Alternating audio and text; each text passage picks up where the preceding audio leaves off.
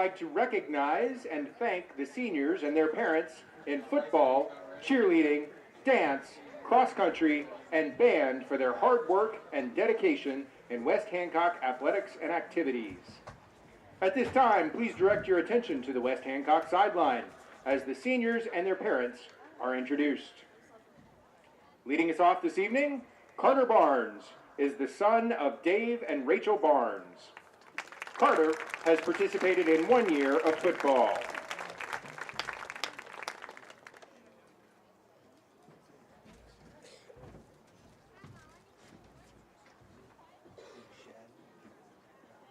Next up, Alex Brown is the son of Jeff and Brooke Brown. Alex has participated in 4 years of football and 4 years of band.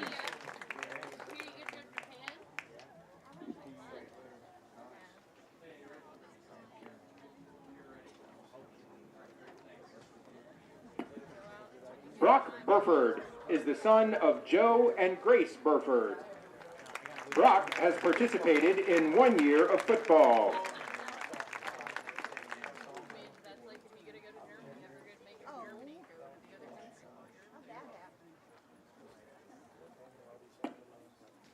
Evan Carroll is the son of Jason and Becky Carroll. Evan has participated in 4 years of football.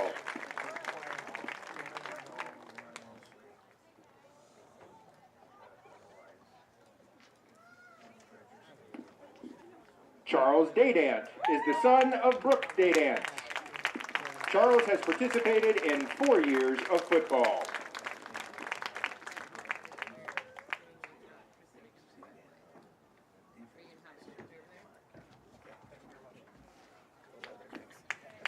Jake Martins is the son of Brian and Betsy Martins. Jake has participated in 4 years of football.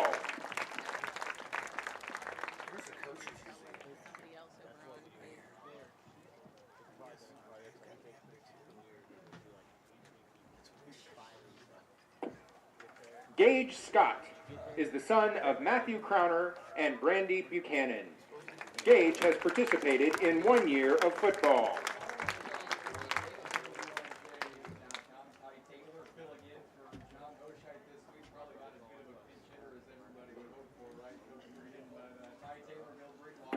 Cooper Shaw is the son of Casey and Amanda Shaw.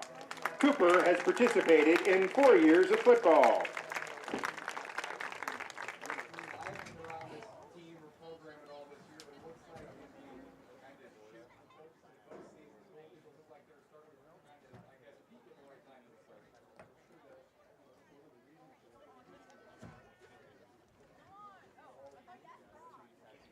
Kyle Smith is the son of Josh and Melinda Smith. Kyle has participated in 4 years of football and 4 years of band.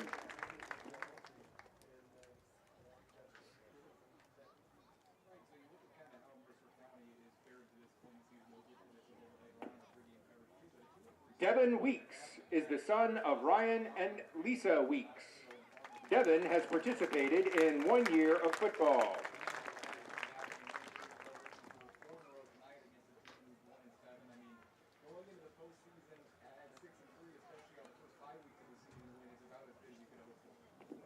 Now for our senior cheerleaders. Serenity Bryant is the daughter of Josh and Heidi Bryant. Serenity has participated in 4 years of football cheerleading.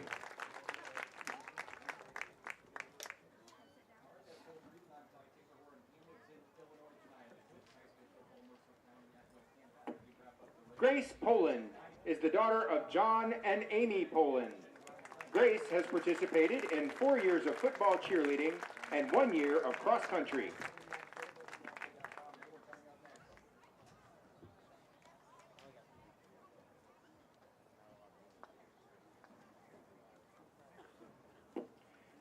Deanna Willard is the daughter of Judy Engel and the late Dennis Willard.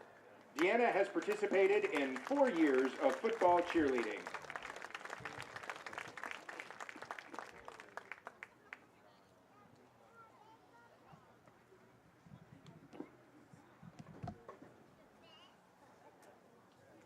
Now for our dance team. Callie Daniels is the daughter of Sean and Hillary Daniels. Callie has participated in 4 years of dance.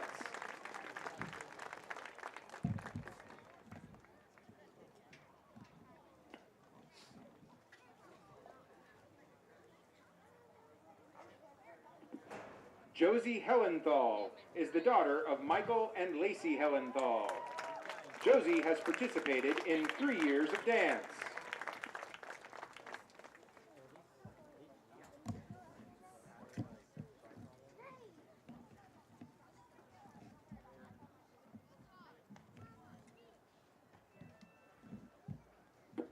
Now for our cross-country team. Nicholas DuPont. Nicholas is the grandson of Scott Harris and Lori Scott. Nicholas has participated in 3 years of cross-country.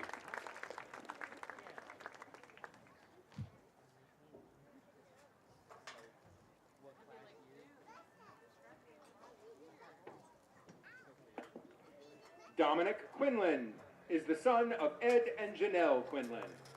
Dominic has participated in 4 years of cross-country.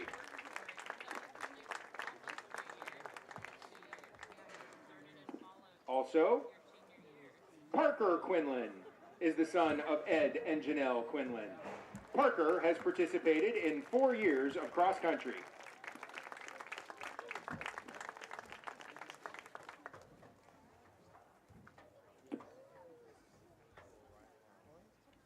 Destiny Huffman is the daughter of Lewis Huffman and Sarah Hogan.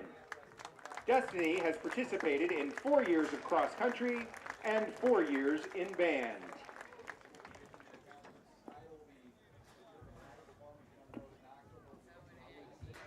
And now for our band. Chloe Becker is the daughter of Chris and Michelle Becker. Chloe has participated in 4 years of band.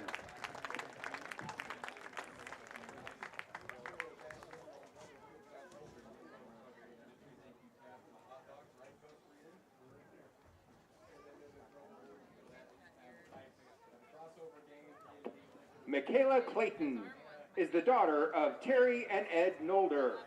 Michaela has participated in 4 years of band.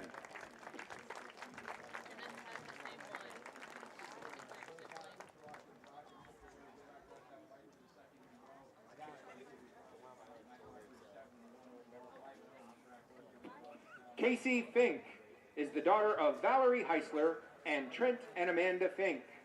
Casey has participated in 4 years of band.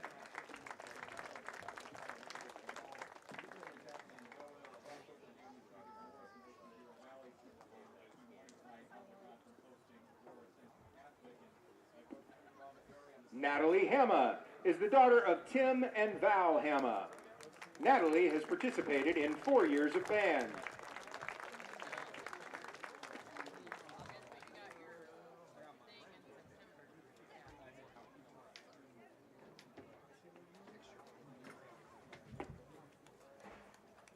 Emma Short is the daughter of Jim Short and Jamie Strong. Emma has participated in 4 years of band.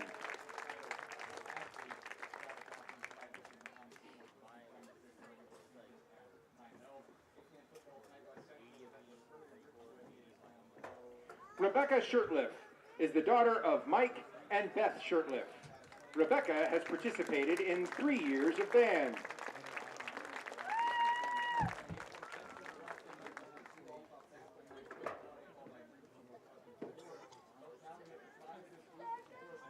Lastly tonight, celebrating his last football game of marching band, is our favorite senior citizen, and that would be Alan Knaus.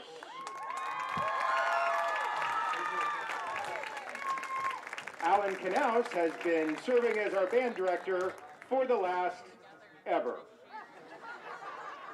Congratulations, Mr. Knaus. We'd also like you to please give all of the football players, cheerleaders, dancers, runners, and band members and parents a round of applause for all their hard work and dedication over the last 4 years.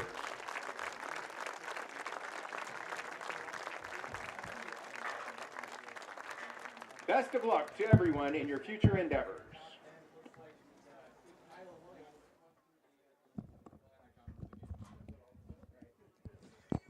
Well, welcome into TSSR Game Time Live, presented by MDH. My name's Luke Little.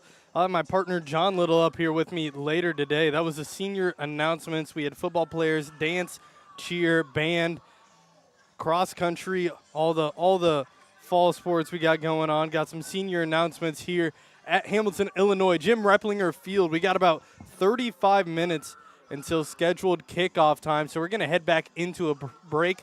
I'll put that into the chat that we're heading to a break real quick, so no need to worry and stress and run here fast. Let people know. Get to watch senior night tonight as the West Hancock Titans take on the Mercer County Golden Eagles. Should be a fun, exciting matchup today. Titans will try to get a win here. The last game of the season. As I said, 35 minutes until we come back. So we're going to head to another break. So be sure to come back, set your watches, set your clocks for about 30 minutes. We'll be back here opening up for kickoff. We're going to head back into a break now, so you guys don't have to listen to me for 2 hours and 50 minutes. You can just listen to me for 2 hours and 20 minutes instead. So we're going to head to a break real quick. Thank you all for watching. Let people know to tune in. Should be a really exciting matchup. This is TSSR Game Time Live, presented by MDH, West Hancock Titan Sports, presented by LJ Insurance. We're going to head to a break real quick, and in about 34 minutes, we'll be back for some West Hancock Titans football. See you in a bit.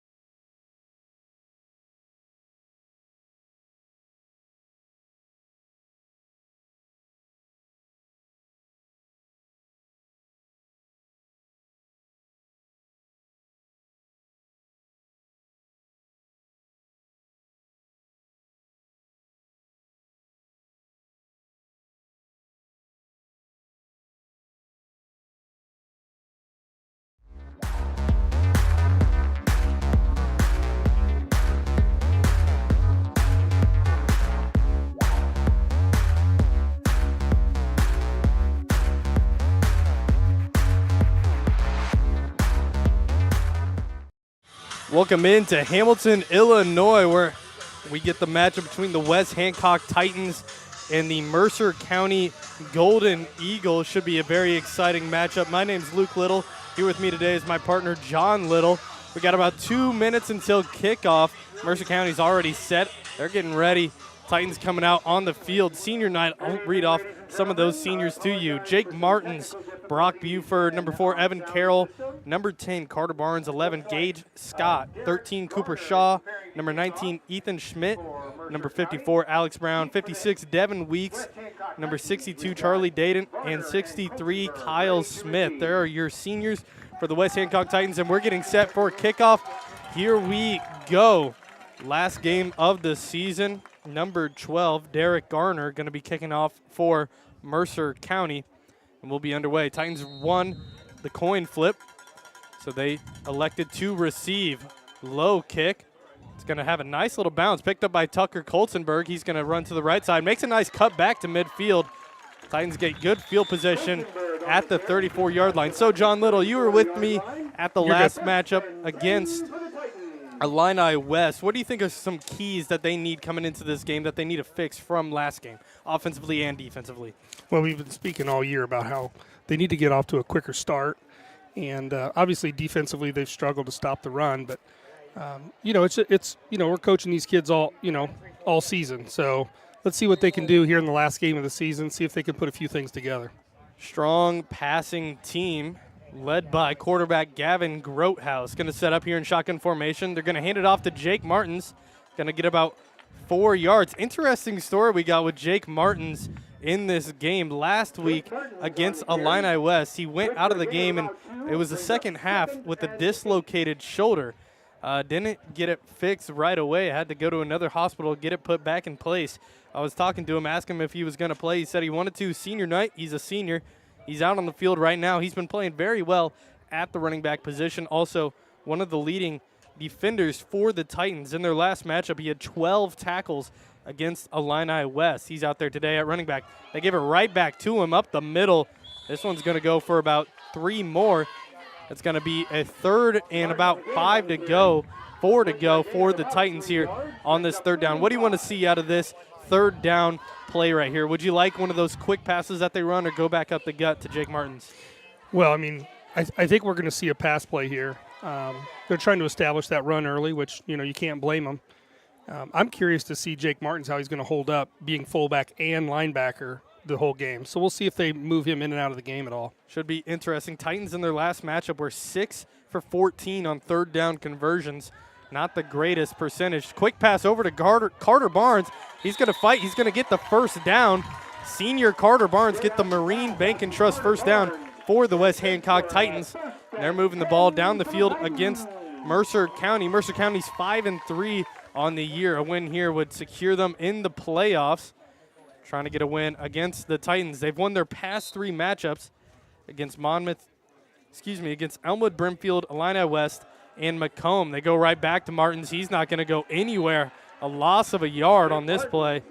It's going to be 2nd and 11 now for the Titans. Looked like they were expecting that run up the middle on the first down. Yeah, they were keying on the fullback on that first down play. Setting up 2nd and 11. 1 receiver right. That's Carter Barnes. 3 receivers wide left. Don't see Nolan Gooding out on the field, one of the star receivers for the Titans. Should be interesting. They throw it deep to Barnes. Barnes, it's just going to be far. Didn't quite have the legs for it. It seemed like he wasn't actually even looking at the ball. Grothaus ended up throwing it. He beat his defender, but it seemed like he kind of lost it in the lights or lost it somewhere there. He looked up, couldn't find it. It's going to result in a 3rd and 11 now. Nolan Gooding back on the field for the Titans. Carter Barnes comes off. That 3 receivers right, 1 on the left. That's Scott alone on the left side. Shotgun formation, 3rd and 11. Titans have the ball on the 44-yard line. Going to be a deep passes to Bryce Varner.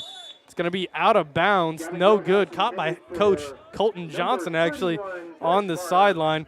It's going to be 4th down now for the Titans. They're going to have to punt it away to Mercer County. Golden Eagles going to get a stop on the first defensive. Yeah, I thought, they were trying to pick up all of those yards in that one play. I thought if maybe they could pick 7 or 8 yards up, they might have went for it on 4th down and short. But Grotehouse thought he seen an opening there and threw a longer pass. Setting up Conkright for the punt. Short little punt. Gets to about the 26. It's going to be fair caught.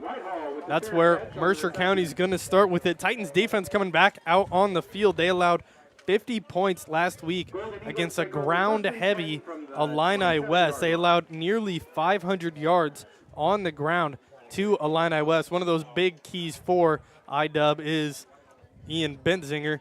Had a great day against the Titans. Setting up for their 1st and 10 on the 27 is where they'll mark him. 9:38 on the clock. Mercer County going to have the ball, led by quarterback number 15, Colby Cox. This team has a nice mixture of ground and pass game. They're setting up with 4 receivers wide. Nice little spread. They got one back next to Cox. Motion over. They hand it off up the middle. Good blocking. He's got an edge. He's gone on the right side. Tries to juke a defender out. Evan Carroll ends up making the tackle along with Jacob Martins. Really great run by number 24, Tannen Whitehall.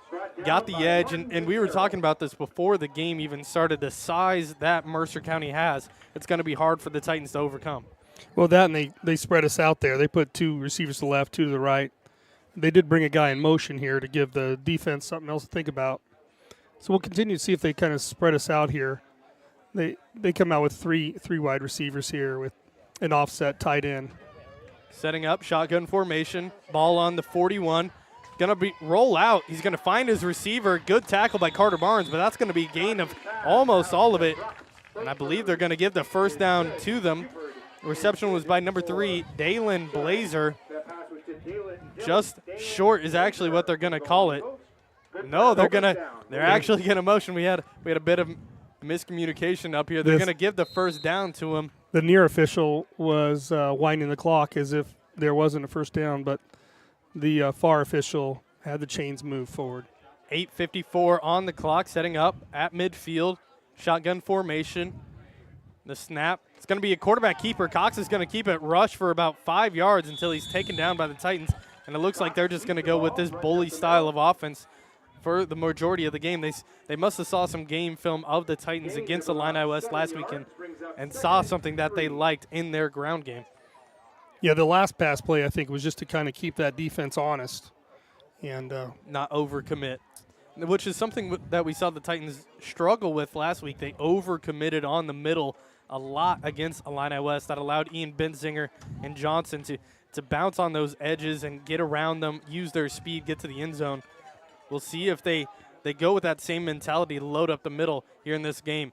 2nd and about 3 to go. Shotgun formation. They motion over. They're going to fake the handoff. Carter Barnes misses the tackle. Another missed tackle by the Titans. And he gets all the way down to around the 20-yard line. But there is a flag on the field. The reception was by number 42, William Fredrickson. Got around to the outside. Got a nice screen pass. Flag on the field, though, could be coming back. They're going to be called holding on Mercer County. That's going to move them back to, I believe, the 50-yard line. It's going to be a 2nd and 10 now. Second. Illegal use of hands to the back there, it looks like. Thought they called a holding motion, but they didn't. That's going to move them back. Still going to be 2nd down for the Golden Eagles. Ball will still be placed on the 50, right back to midfield, no longer in Titan territory, but right on the border. 2nd and 11. Mercer County, they've won their last 3 games, as I said before. Elmwood, Brimfield, Illini West, and Macomb, trying to get that 4-game win streak coming in here to Jim Replinger Field in Hamilton, Illinois. 5-3 on the season. 3 losses come against Monmouth United week 1, Farmington, and Knoxville. I was talking to some of the coaches before the game, and they said one of the keys to their late success is they've had 4 of their key players come back from injury and be able to play for this team. So we'll see if that helps them here today against the Titans. Great burst through the line. Jake Martins gets the first hit, then a team tackle. He's down on the field right now. We'll see what this is about. That shoulder is a big issue. Dislocated shoulder with a week to heal. And that was a big hit, right? Big hit. Going to be 3rd and 10. Stout fullback there, so they were just pad on pad. So you gotta expect at some point that shoulder might pop out with only a week of healing for them to get it back to normal. You see in that last formation, they didn't send anybody in motion. Seemed like our defense held a little bit stronger there. Setting up 3rd and 10, shotgun formation, 3 receivers on the far side. They're going to pass it in shotgun, going to make the hit quick. Great tackle by number 12. That's Tucker Colzenberg. Number 3, Jalen Blazer. Blazer with the catch, going to be 4th and about 4 to go. If this Titan defense can hold up, that would be big. Big both mentally and for just the game in general. They've struggled to get those 3rd down stops. Against the Illini West last week, they were 4 and 6 defensively on 3rd down conversions. Here on a 4th down conversion, 6 minutes to go, halfway through the first quarter. Mercer County with the ball in Titan territory, but it is 4th down. We'll see if they send someone in motion here, try to. They've liked to send number 42, William Fredrickson, over, and they do again this time. The snap, they give it to him. They fake the pass. They're going to get the 1st down. It looks like it'll be close, but they're going to mark him 2 yards ahead of the line and 1st down for Mercer County. That was the first play of the game from scrimmage from. They send the guy in motion and hand that ball off to the fullback. Really good job, Fredrickson, looking like a key player. I was talking to some of the coaches earlier. Fredrickson, one of those guys you got to look out for in this game, along with Tannen Whitehall. Both those guys, some of those key players for the Golden Eagles. Setting up now 1st and 10 on the 37-yard line. Mercer County's got 4 receivers on the left side all bunched up. We'll see if it's a screen pass. It is. They're going to give it back over to number 24. We'll see if this is good tackle by Evan Carroll. Number 24, Tannen Whitehall, who we were talking about earlier, gets a gain of about 3 yards. Going to be 2nd and about 7 or 6 to go. They lined up with 4 receivers bunched up on the left side. Screen pass. You almost expect it with that formation. Evan Carroll did a good job of shedding the block, getting to the back. Really good job. They've shown this defense several different offensive formations so far. Setting up with a new one here as well. 2 backs next to the quarterback, a pair on either side. 1 receiver right. They hand it off. This is going to be to Whitehall up the middle. Gets to about the 30-yard line. He'll be short of the 1st down. It'll be 3rd and about 3 to go. Titans defense stood tall in the last 3rd down. 4th down conversion, another story. Here with 4:26 on the clock, this game's moving pretty fast. Titans defense been out on the field for a while now, honestly. They have rotated a couple guys in, but trying to keep people healthy and energized. Setting up shotgun formation. 3 receivers bunched up close to the offensive line. It's going to be quarterback is pulling over, missed the tackle, but he's still going to be short, only a gain of about a yard. Not sure quite what to call that play. I said it was a quarterback keeper, designed quarterback keeper. There wasn't really anybody for him to pitch to on the play. We were able to spread that out far enough to where we could get some help on defense, and we got some gang tackling going on. It was almost like it was a sweep, but there was no running back to sweep it to, but the guards were pulling. And Gooding helped blow that up. He got in the backfield right away. Dolan Gooding, one of those key players. Don't talk about him too much defensively, but offensively, one of those big names for the Titans. 4th and about 2 to go, big. See Whitehall there setting up next to the quarterback. We'll see if this is a running play. The snap is muffed, but he's going to get it. It'll be close, and he's going to fall forward. Hit by Martins, gets the 1st down. Almost a bad play for Mercer County. 1st and 10 now from around the 26-yard line. It seems Mercer County moving the ball well. Colby Cox had a really good save, honestly. He ended up muffing the snap a little bit. It was a little high. Picked it up, did a really good job. A little bit more pressure by the Titans defense. I think they could have stopped them there. Setting up 1st and 10. 3 receivers on the left.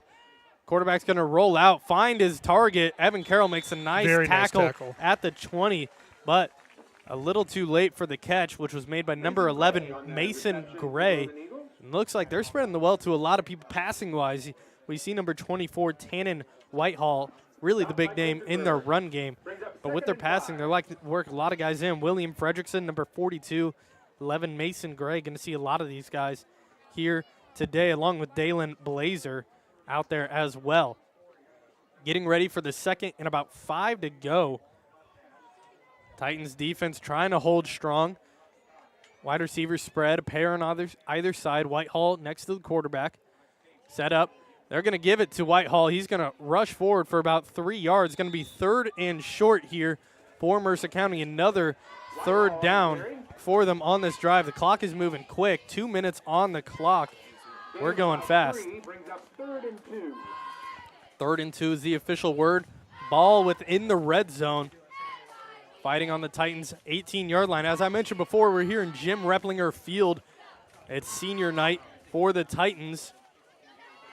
We are TSSR Game Time Live, presented by MDH. Also, West Hancock Titan Sports, presented by LJ Insurance. My name is Luke Little, here with John Little today. Mercer County sets up shotgun formation. Going to roll out wide open on the edge. That's Gray. He's going to find the end zone touchdown. Golden Eagles missed coverage. Wide open on the edge. Nobody even there to guard him. Eagles get on the board here in the first. Got about a minute 23 left. 6-0 the score. So what did you see on that play? Well, I'd like to see it in replay. I don't understand why the cornerback left that position, but the receiver who caught it was, I believe, in a tight formation, and he ran an out route there and caught the defense in a bad spot. I believe it was Carter Barnes who was looking for him. Might have realized his mistake and came back, but a little too late. End zone touchdown, 18 yards for the Golden Eagles. That was number 11, Mason Gray, as we were talking about earlier. Going to go for 2 here. Colby Cox setting up alone.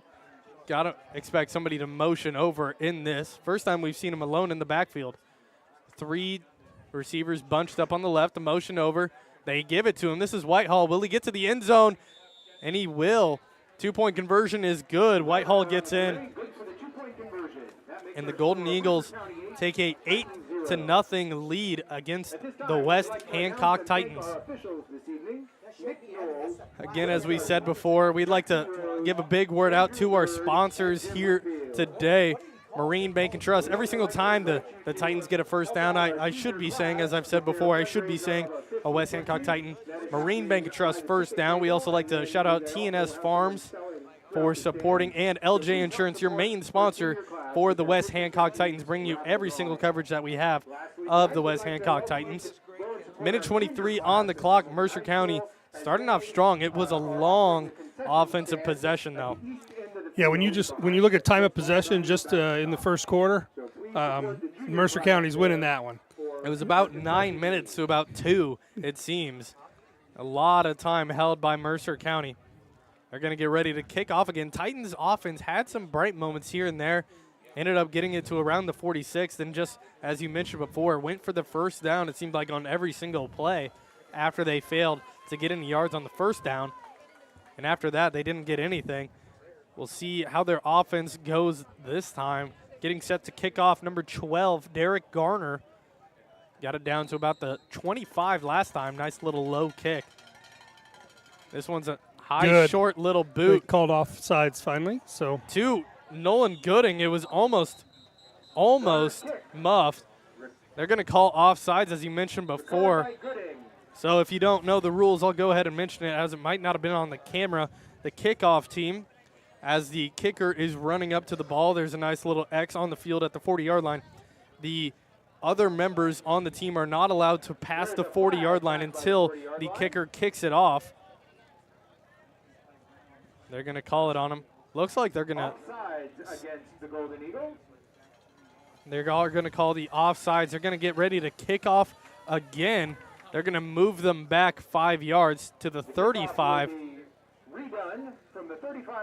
It was a nice little short kick, but Nolan Gooding, one of the more solid hands on this team, muffed it. Must have had a lot of spin on it.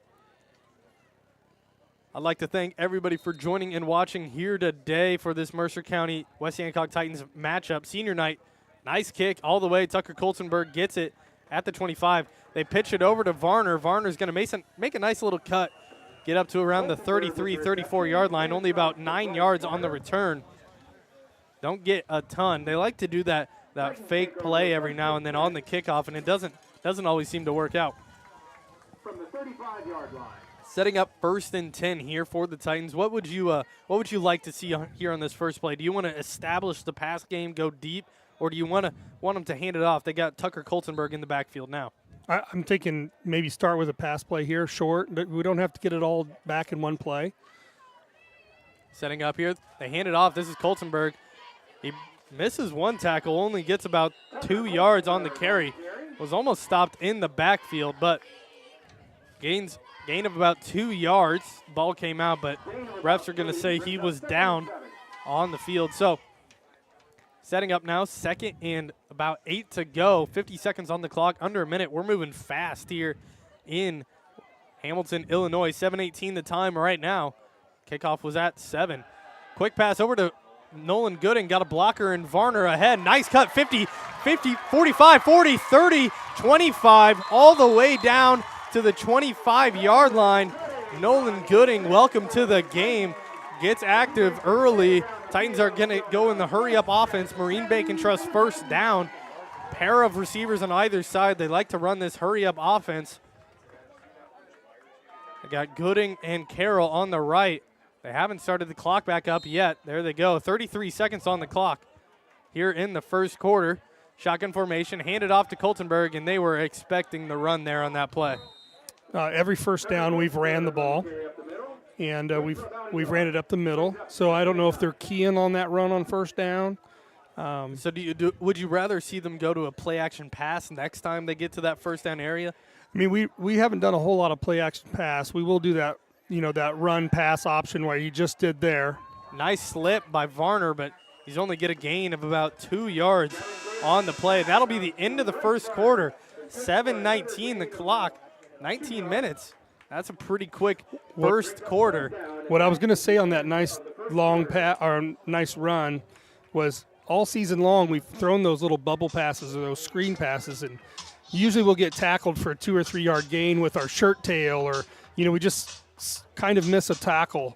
But on that play, everything executed just really well. The blocks were great, and he was able to make a couple moves to get downfield. We'd like to make a quick shout out. He had a really good block on that play. Bryce Varner got the reception there.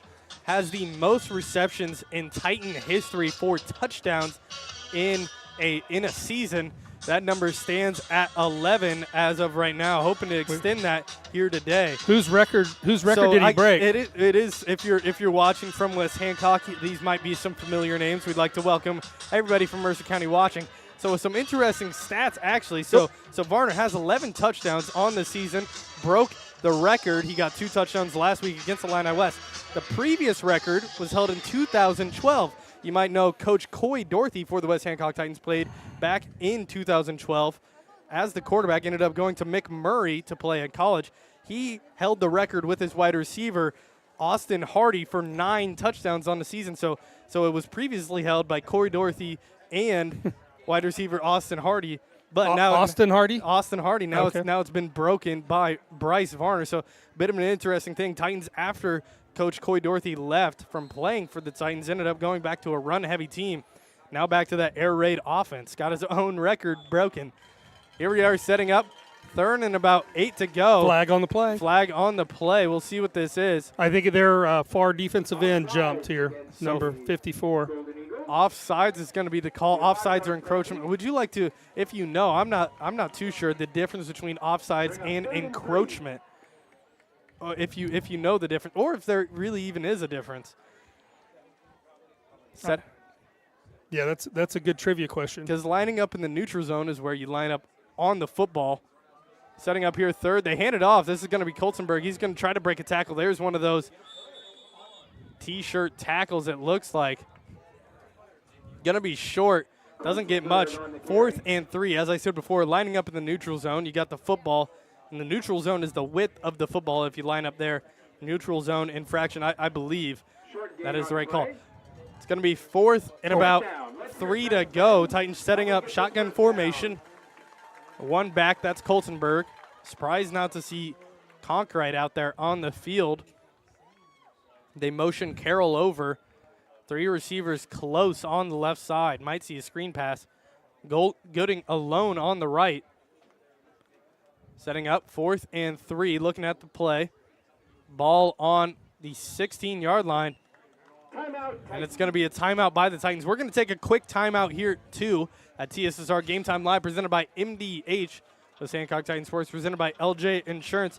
Exciting first half of play. Not much scoring, but some really interesting, good play calls, trying to figure out each other early in this game. 8-0 to score. We'll head to break.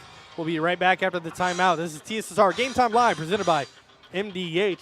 West Hancock Titans Sports, presented by LJ Insurance. We'll be right back. My experience with McDonough District Hospital was amazing. I have a lot of allergies, complicated by nasal problems. And the procedure I had is Vive Air. Dr. Sparks was incredible. The Vive Air procedure is a radiofrequency ablation procedure. She no longer has to do any medications to breathe, so she gets much more restful night's sleep. And a short little office procedure, and have somebody that feels like it's totally changed their life means the world. It's a permanent improvement on the quality of your life.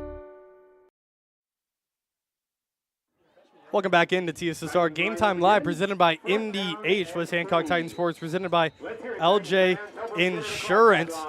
We're setting up here 4th and 3 for the Titan shotgun.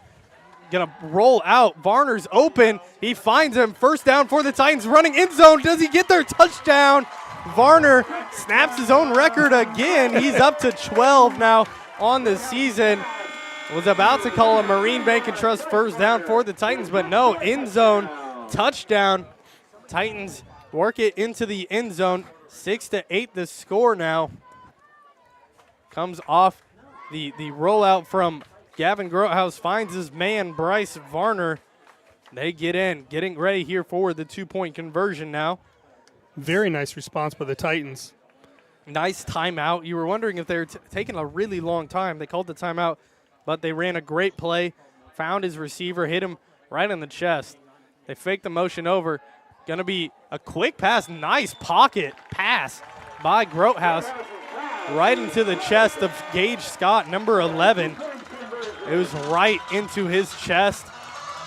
No other place to put it. Titans get 2. Score is 8-8, tied here, all even in Hamilton, Illinois. Second quarter. I've got some new information on some stats courtesy of Hunter Froman.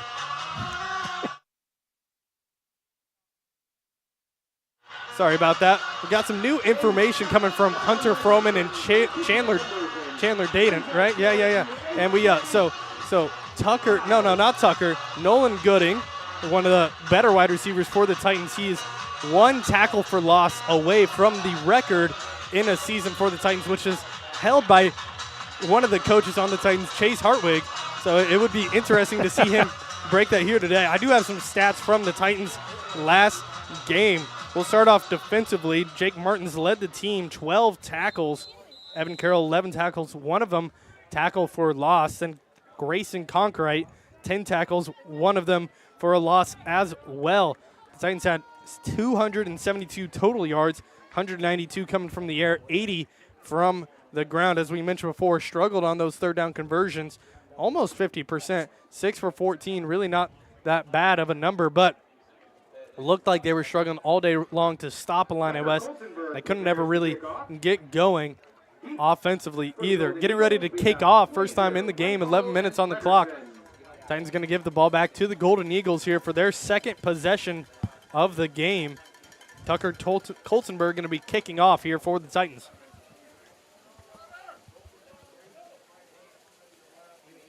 Here we go, low kick, going to be a roller, going to be muffed.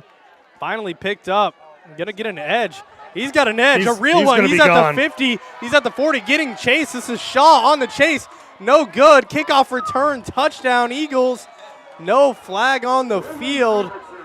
They get in. This is number 42, William Frederickson, all the way to the end zone. Titans can't be happy about that one.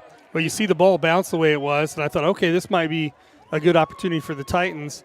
And he secured the ball really well and then found a couple holes. He got to the edge, turned on the boosters, turned on the jets, and he was gone from there out. Was getting chased by number 13, Cooper Shaw, but no good. Got into the end zone. 14-8 the score now. Getting ready for the 2-point conversion. Well, I thought the Titans responded well in their last drive after a touchdown by Mercer County. And we'll see what the Titans can do here. First, let's see what we can do on the 2-point conversion. Here's this bunch formation. I'm going to guess they're getting an extra blockers here to the right. Run right here. Nope, quarterback keeper. Up the middle. Is he Oh, short? that's They're going close, to give and it they to gave him. it to him. Yep. 2-point conversion is good for Mercer County. 16-8 the score. As you mentioned, Titans offense had a really good response to Mercer County's last score. Defense going to get some breaks. If you're the Titans, you got to look at the bright side of it. There's not much bright sides to a kickoff return touchdown, but you still got to find them. Bright side is defense gets a break, and they were out there for a long time in the first quarter. So they get some rest here. You are playing a lot of the same players on either side, but nonetheless, offense going to come back out. They might be a little tired, but they ended up hot. They got a touchdown, running some good plays, ended up finding the end zone. We'll see if they keep that tempo here on this drive. Mercer County going to get ready to kick off here to the Titans' third time in this game. Tucker Coltenberg and Bryce Varner are going to be set to receive. As we mentioned before, Bryce Varner just broke his own record that he held from last week, I should mention. Record is now at 12 for touchdown receptions in a season. Previously held by Austin Hardy. That might be a pretty tough record. That's a tough record, especially for how the season seemed to change for the Titans offense. They pass heavy, then they go run for a really long time, it seems. Set to kick off, number 12, Derek Garner. The Titans are going to get ready to get the ball again. Deep kick all the way back to around the 5. Go in. And it's going to roll to the end zone. Smart move not to touch it. Low and long. Touchback. It's going to give them the ball at the 20-yard line. 10:49 on the clock. Something I've noticed is the Eagles use up they take up a lot of the clock on their offensive drives. The Titans, because they pass it so much, and really they're a big play team, they rely on those deep plays a lot of the time. The clock does not run very much on them at all. Interesting styles of offenses for sure. Yeah, you throw in an incomplete pass here or there, it's going to stop the clock. Setting up 1st and 10, ball at the 20. They're going to give a screen pass over to Scott. He's going to get a blocker. That's Evan Carroll. Nice cut. 25 up to the 30. And they're going to say he was just short of the first down. They're going to wave the clock off. They're going to give him a sec to come out and mark it. Reception by Scott. They are giving them the first down. That's a Marine, if they give it to him, and they are. Marine Bank and Trust first down for the West Hancock Titans. Starting this drive off hot. 3 receivers, far right side. Drops back to pass. Has a man deep, possibly. That's Scott, but no good. A little over his head by 3 or 4 yards. That's going to be no good. 2nd and 10. Do you like that deep shot there on that play? Well, on one thing, it does keep the defense honest. Those are the things that in the offseason, Grodehouse will just have to work on with his receivers. I believe Scott's a senior. Yep. So Grodehouse really needs to get some of the 7-on-7 passing drills and work with his wide receivers to just kind of figure out that timing. And setting up here, 2nd and 10, ball at the 30. They motion Varner over. They're going to hand it off up the middle. This is Martins. He's got a wide open lane. Gain of about 9 yards. Really good run for the Titans. They might be giving this to them again. Stop the clock. We'll see what they call. They're going to say they were just short. It's going to be 3rd and centimeters. They're going to give it back to Martins. He's going to get the first down. Pile is pushing. No whistles. Surprised not to see a forward motion whistle. But Marine Bank and Trust first down for the Titans. They're going to give it to him. Ball now at the 41. Some more stats from their last game. Gavin Grotehouse, 17 for 29 passing, 192 yards, 1 interception. Varner had 8 of those for 84 yards, 2 touchdowns. Scott, 4 receptions, 55 yards. And Gooding, 3 receptions, 22 yards. Along with Carter Barnes, 2 receptions, 31. Quick pass over to Evan Carroll. Makes a nice move, little juke. Gain of about 5 yards on this pass play over to the far right side. Titans Also had a rushing touchdown by quarterback Gavin Grotehouse. I was talking to head coach Coy Dorothy if he's going to like to give those quarterback options more and more. Grotehouse has the legs. They hand it off the middle to Martins this time, and this is going to be no good. They're going to say he lost a yard. They're going to say his forward momentum was stopped. Ball came out, but going to stay with the Titans. 9 minutes on the clock, counting down. Martin's going to come out. Maybe get a little bit of rest on that shoulder. Short gain for the Titans brings up 3rd down. 3rd and 6 to go. Ball sitting on the 46-yard line. Colstenberg in at running back. 3 receivers left side. Shotgun formation. Quick pass over to Gooding. Good job to get his hands in there. That's number 32, Lucas Marston. Really good job. Recognized the quick pass over to Gooding. Got a handout. Tipped it away. 4th down. Titans going for it in their own territory. 4th and 6.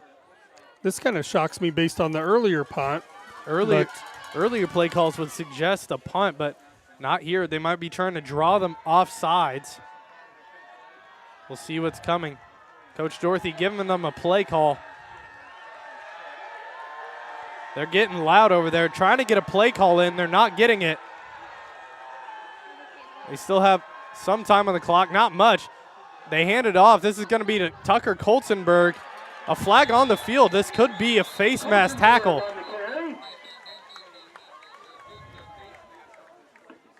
Could be interesting. They are going to call a face mask on the defense. That's going to give the Titans a 1st down.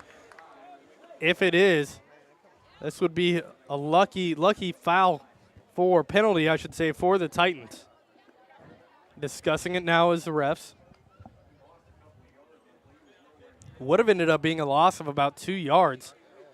I don't know what the discussion is about here. I mean, it shouldn't take this long. Threw a flag. The only reason a discussion should take this long is if it was picked up. Face mask defense. Marine Bank and Trust 1st down for the Titans on the 4th and 6. Hey, you run the ball, hope for a face mask, you get the 1st down.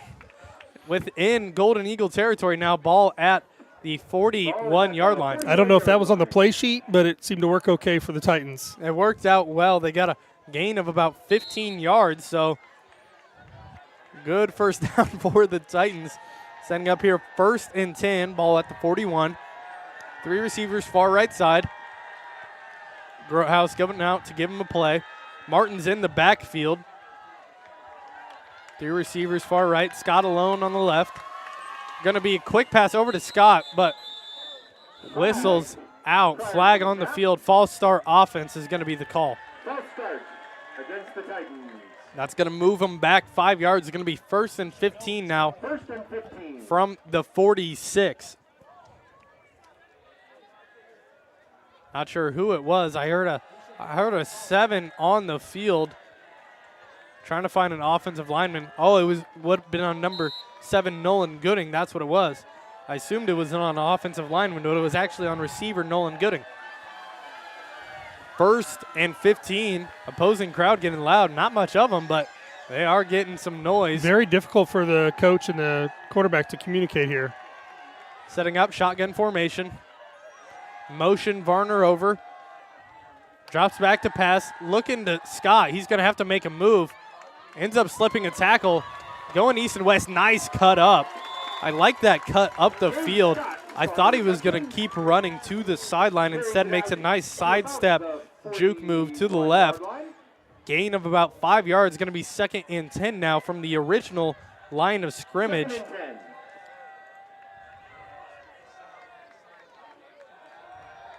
Setting up here. I'll get that name switch for you. Sorry about that. Had the team names as the wrong thing. I'll get that fixed for you real quick. Titans setting up here. 2nd and 10. Drops back to pass. Quick pass over to Gooding. It's going to slip right out of his hands. No good. Intended for Gooding. They can get a little screen heavy at times where they want to try to get the quick passes and then let their athletes, try to break a tackle here or there. But as those defensive backs kind of suck up a little bit, you got to be careful with so many screen passes. Setting up here, 3rd and 9. Shotgun formation for the Titans. Very difficult for Grotehouse to communicate on the field. They get the play in. It's going to be 3rd and 8 to go, 9 to go. It's going to be a delay penalty here if he doesn't hurry up. Counting it off in the back is the ref, and there's going to be the penalty call, delay of game against the Titans. They're going to move back 5 yards, and the opposing sideline's getting excited after that. Flag on the play, delay a game against the Titans. Delay a game against the Titans. That's going to move them back. Already hard enough. Moving right back to the 46-yard line is going to be the official word.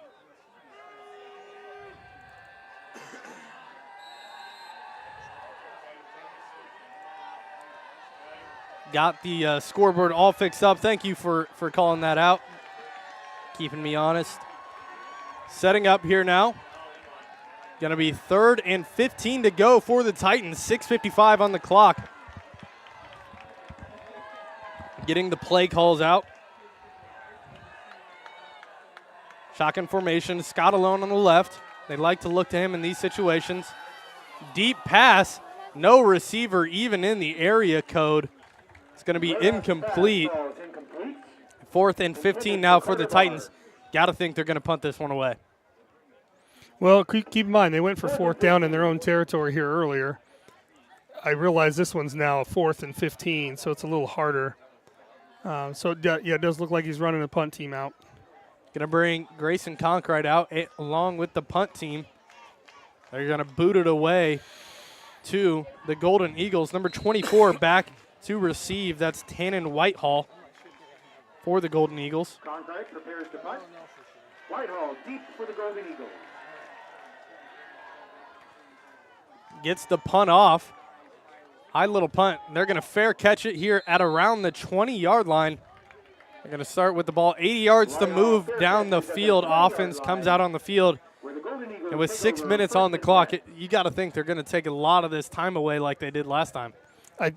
Based on their first drive where they took quite a bit of time off, I would expect 6 minutes to come off the clock. They've only had one offensive drive in this game so far. Had some headphone malfunctions there. All good, getting it back up and ready. Setting up here, 1st and 10 for the Golden Eagles. Quarterback alone in the back. That's Cox, all alone. Motion over Whitehall. They're going to fake it to him. Quarterback keeper up the middle. He's going to break free, breaking 3 or 4 tackles along the way, all the way to the 40-yard line. Gain of 20 yards. Drug Jake Martins along with him. 1st and 10 now, 6:20 on the clock. Really great run call from quarterback keeper, I should say. Not sure if it was an option or not, but the way they've been doing that quarterback draw all day, as soon as he gets the ball, he's running. There's no hesitation. They run that guy in motion, and our outside linebacker shifts just a little bit to the inside, and they run where he vacates. Big quarterback. Cox out there. He's looking like he's about 6'3", 6'4" out on the field. Big body to get down. 1st and 10, 40-yard line. They fake the handoff. Going to roll out. Not going to find a receiver out there. Cox's pass falls incomplete. A little bit of an awkward pass, it seemed like. It was. He seemed a little off balance when he went to throw that. Getting ready for 2nd and 10. 5:48 on the clock. They're marking the ball back to the original position. That incomplete pass does stop the clock. So it does stop the clock. 5:48 on the clock. Halfway through the second quarter. Setting up 3 backs. 2 backs right next to him. Quarterback going to give it off to Whitehall. Whitehall's going to make a nice little move back, slip a couple tackles, get close to the 1st down. And it looks like Whitehall brings it out to about the to the 48-yard about the line. 49, 48. Looks like it's going to be a first down. It will be a first down for the Golden Eagles. Mercer County working the ball well down the field. Titans struggling against this run offense now. Had some good looks early in the game here. On this drive, they're struggling to stop this run game. Clock ticking away. Setting up similar formation. Still got two backs either side of the quarterback. They fake the give to Whitehall. The pass is incomplete. Another one of those awkward-looking passes. Well, he had two defenders in his face, which helps. You get him under pressure. It looked like he was kind of a risky rush. pass, honestly. The ball was in the air for a long time. It did float. Intended for number 11, Mason Gray. Incomplete. Clock will stop. 2nd and 10 on the 48-yard line now. The score, being close, it's a one-score game. It's only 8 points. What I've seen so far when the quarterback does go to pass, it seems like we need to figure out a way to maybe stop the run, maybe bring some more defenders up to the line of scrimmage and force him to throw. The short pass game was decent in the first quarter. Here in the second, struggling. Handed off to Whitehall. He's going to get met quick. Great tackle by Evan Carroll. He just got lower than Whitehall, met him at his legs, cut him out from underneath. He stops him right at the line of scrimmage. 3rd and 10. Great form tackle from Evan Carroll. Just filled the hole and made a great tackle. Brings up 3rd and 10. As we mentioned before, Evan Carroll had 11 tackles in their last game. 1 tackle for a loss. 4:45 on the clock, counting down. Here in the second quarter, Golden Eagles have the lead. Getting ready, shotgun formation, 1 back, that's Whitehall. 3 receivers right side. They fake the handoff, look like they're passing. Short pass right through the hands of number 3, Dalen Blazer. No good. I thought our defender maybe could have went in there with his hands up instead of I think he was concentrating more on a sack than as soon as the quarterback went and went to start throwing it. I thought maybe get some hands up there. Titans, it would have been short of the first down anyways, but they might have went for it if they got there. Now they're going to most likely elect to punt. Cox, the quarterback, prepares to punt. Colby Cox getting ready to punt it away. Dual threat. You always got to be kind of careful when the quarterback is the punter. There's no worry for them to go for the fakes for the pass, it seems like. But he's out there getting ready. The snap. He is going to boot this one away. Nice punt to the 15. This one's going to roll. Oh, my. Nice curve within the 5-yard line. I gotta every time it's a good punt, I gotta mention the guy, the best punter in the nation, Torrey Taylor. Is this a high school punter that you keep referring to? No, one of those guys. The Iowa Hawkeyes. All their offense is not good at all, but punting is winning. All right, here 4:12 on the clock. Titans setting up within their own 5. It's right next to the 5-yard line. Great punt by quarterback Colby Cox. 4:12 on the clock. You got to think the Titans are going to run this one first, try to get some room away from the end zone. That's where I would come with a pass. You got a play action maybe, or are you thinking just straight shotgun? I'm thinking go back. Yeah, no fake handoff here, no play action or anything. They give pull back up the middle, and they're waiting for it. No gain of any, maybe a yard. Gets a couple inches on the run. And they were, as you mentioned, expecting that. They all lined up in the middle. Had like 4 Mercer County, I should say. They had around 4 Mercer County defenders there ready for Martins up the middle. 3:48 on the clock now. Setting up 2nd and 10. 2nd and about 9 for the Titans. They're looking over to coach for the play. They set up shotgun formation. Play clock winding down. Shotgun. Deep pass. This is to Scott. Scott's going to drop it. It was in the basket. It was right there for Scott. No good. Really great pass right over the extended hands of William Frederickson. One of those wide receivers for the Golden Eagles, when you got guys with good hands like Frederickson as your defensive backs, those deep passes are always a worry. Scott had him beat, had the legs.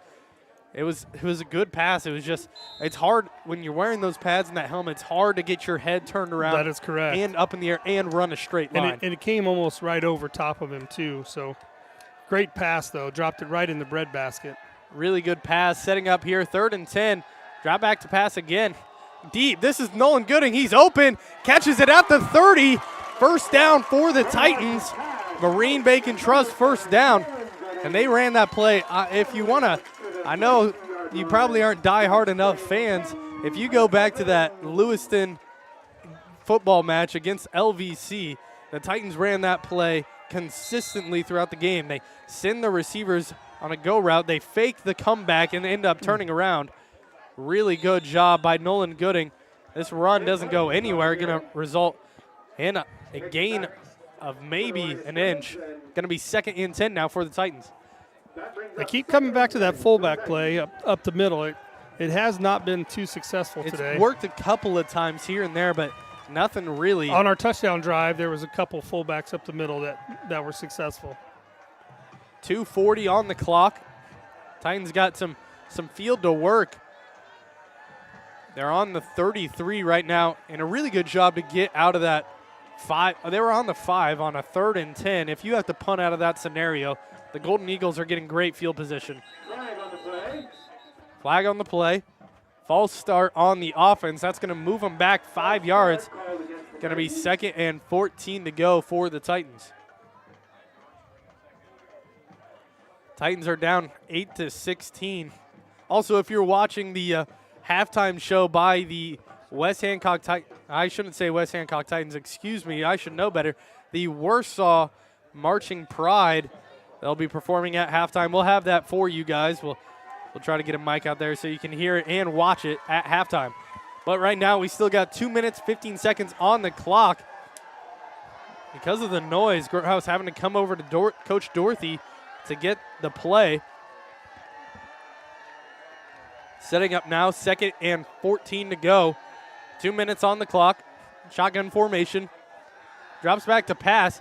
Has an open receiver. Scott wide open. Will he make a move against Frederickson? He doesn't, but he gets close all the way to the 49-yard line. There's a Marine Bacon Trust first down for the Titans. But I don't know about you, but what I saw, and your view might have been blocked a little bit. They had 3 wide receivers on the left side, and they just ran some nice patterns. The defensive backs got lost. Frederickson, for example, Scott ran a nice, if you want to go number route, ran a nice 5 route to the outside. Quick pass over to Evan Carroll, incomplete. On the bright side, we'll stop the clock for the Titans. 1:46 on the clock now. They got 2 timeouts to work with here. Yeah, we're not quite to midfield. Minute 46 on the clock. Probably going to have to start to, throw the ball down the field a little bit with first downs, stopping the clock. We do have some time. Setting up, drops back to pass. Going to have somebody there quick. This is going to be a contested ball. No good, incomplete. Quarterback got hit right as he threw it. There is a flag down. I think they're probably going to call holding. That defensive back did grab the receiver. We'll see what it is. A holding would be a 15-yard penalty in high school. No, 10. 10-yard penalty. We'll see if they call pass interference or holding. Eli Burns They're going to give him pass interference, so that's good. First down for the Titans here. Marine Bacon Trust first down. 2nd down turns into a first. Titans getting helped by some of these penalties here.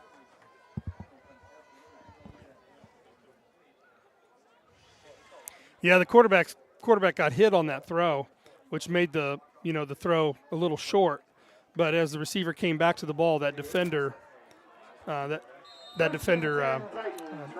committed a penalty. Setting up here is going to be 1st and 10 at the 37-yard line. Titans have the football. Minute 39 on the clock. Shotgun. They're going to drop back. It's going to be a nice quarterback sweep over. He's going to fumble it, but Coltenberg there to jump on the ball.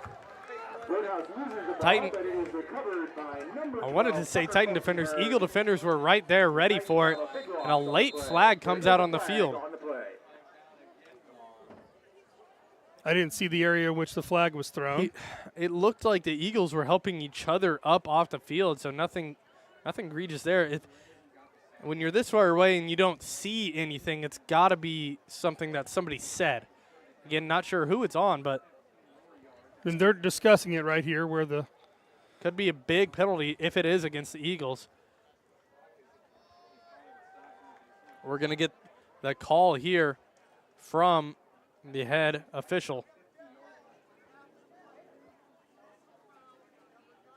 Dead ball on they said number 9, but I'm guessing, yeah. There is Gavin Grotehouse. Yeah, Gavin Grotehouse, the Titans quarterback. So I don't know if maybe there was something that he. Second down, since it was a dead ball foul. It's going to move them back. I believe that one will be 15 yards against the Titans. Big penalty, and you got to think it's something they said. I did see that Grotehouse, as he was getting up, he had some Eagle defenders that had some really nice pressure on him. I think it was either something he said or I'm hearing from some people here, he might have. What is this, second down and 38? That might be a new one. Second and 38 on the 33. Gonna get pressured, sack. Number 54, Eli Burns, gets right back to the quarterback.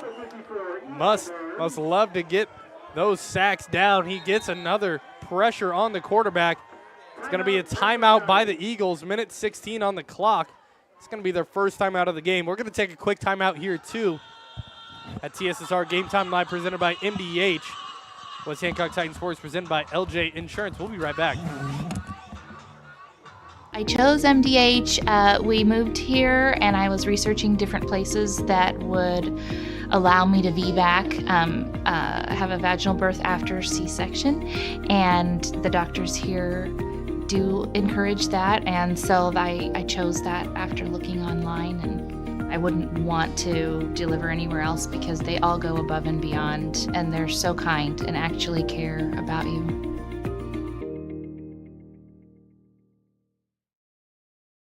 I see acute injuries on the field. I see ankle sprains. I see ACL knee injuries, as well as in the clinic.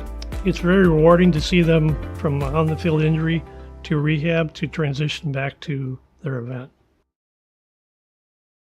Welcome back into TSSR Game Time Live, presented by MDH. West Hancock Titans Sports, presented by LJ Insurance. I don't think it's 3rd and 52. It looks like it's 3rd and 47. It says 3rd and 52 on the clock. They're going to hand it off to Coltenberg here. He's going to find a nice little edge to the 30. He's going to get all the way up to the 45-yard line. Not close to the first down marker at all. The first down marker sitting on the 27. Gets to about midfield, though. That's going to leave some nice room for the Titans to punt it away. Most successful run today. Successful run today, that is for sure. They couldn't have been expecting the run. Yeah, I wouldn't think so. You know, sometimes you come out and you just kind of run that draw play, you know, hoping to get a few yards here or there. And first time they were able to get a running back outside. 1:05 on the clock. Titans going to punt it away here. Low punt. Gets it off. Made a nice little move. This one's going to be short. But it's getting a favorable bounce. Nice little bounce. Don't touch it. Just let the clock wind. All the way to the 22. 53 seconds on the clock. And that run is so beneficial for the Titans to stay in this game, just stay one score down, because the Eagles, they got 2 timeouts. If they don't even get close to the first down mark, you got to think they're using one of them. Stop the clock. They get the ball at midfield. Now instead they're at the 22. They got to work 80 yards down the field in 53 seconds. And with a run-heavy team, we haven't really seen them use the pass all too well. Yeah, most of the time they have been, you know, short passes and just hope pray their guys can break a tackle as well. So we'll see what they go with, whether they stick with the rushing Great style. Success running. I don't expect a run here. Quarterback alone in the backfield. Motion over. That's Whitehall. They're going to give it to him. He's going to try to find an edge. Good job by Evan Carroll. He blows it up. Gets back. Going to get a tackle right at the line of scrimmage. Titans I don't know who the defender was that kept the outside here. Titans did a really good job. When you see that type of play, you want to look at the person who made the tackle. But you got to think, as you mentioned, those players who held the edge. His teammate kept him contained there, and he was able to make a great tackle there. That was a really nice play. Although the tackle was made by one person, that is a team tackle right there. Clock is running after no gain. 20 seconds now. They might run one more play. Go to half. They do get the ball at the beginning of the third quarter. We'll see what they go with here. Two receivers far left. Titans playing prevent.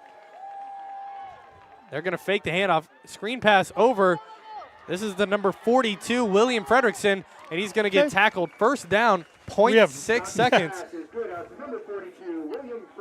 Yeah, let's see if they use a timeout here. I don't know if they're going to use a timeout because as soon as they set the chains, they're going to. 0.6 of a second on the clock. And they are going to call a timeout.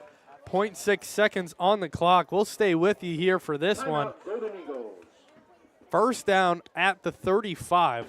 So they got 65 yards to work within, 0.6 seconds to snap the ball.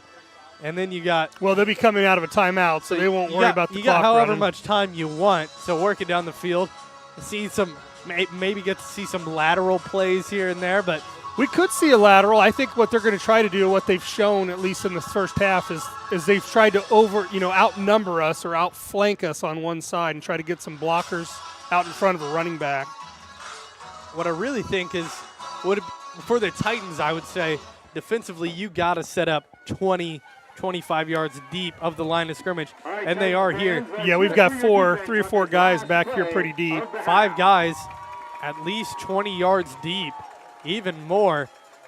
Have 6 defenders up front. Going to have, looks like 3 rushing, maybe 4. They're going to give it to number 24 running back. This is Whitehall. He's going to try to find an edge. Nobody behind him either. There we go. Team tackled at the 50.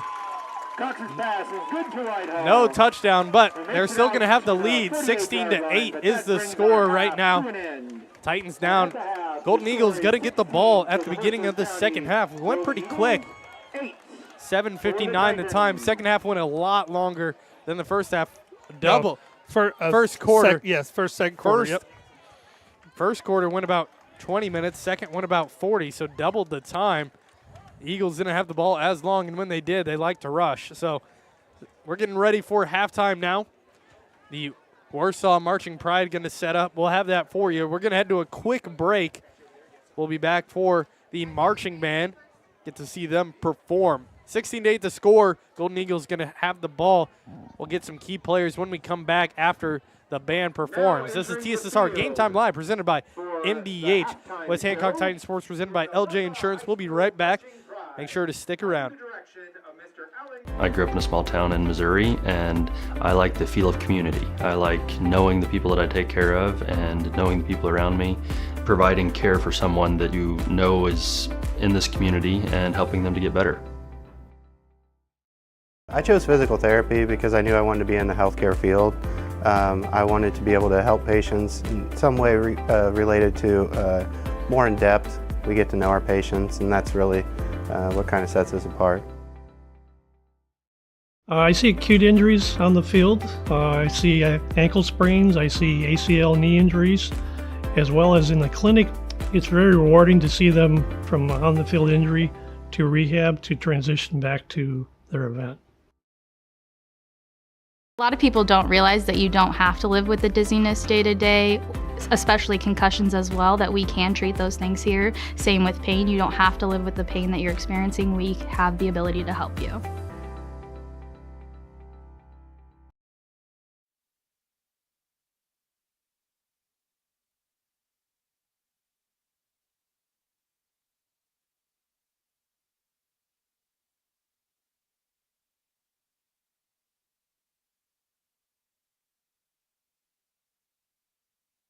Rebecca Shortliff is your band ready to perform its halftime show.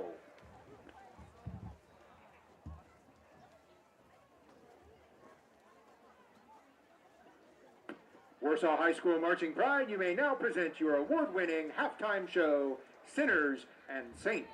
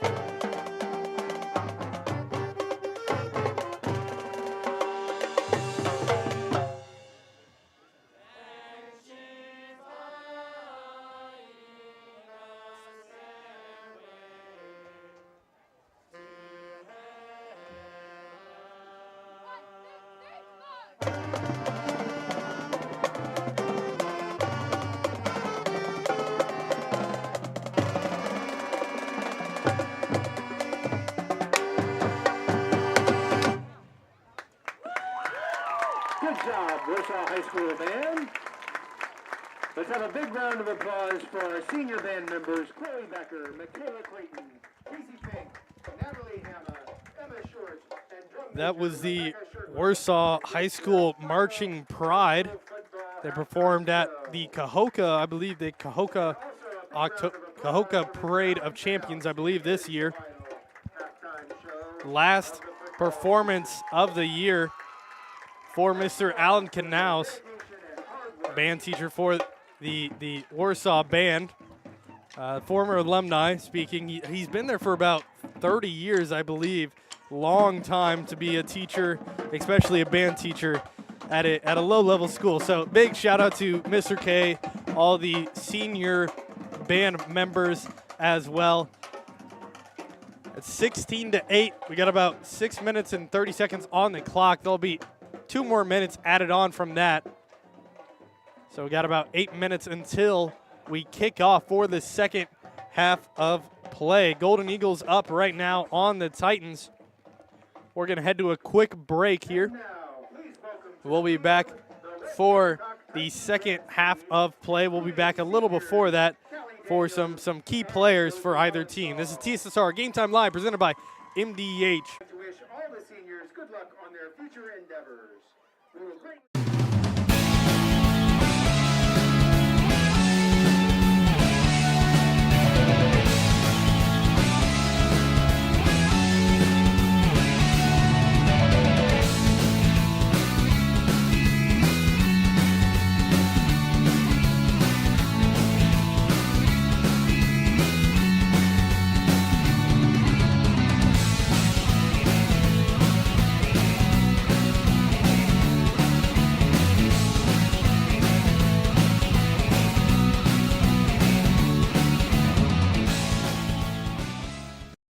After my appointment that day, I just made up my mind that I'm going to have my baby here in Macomb. They were so wonderful.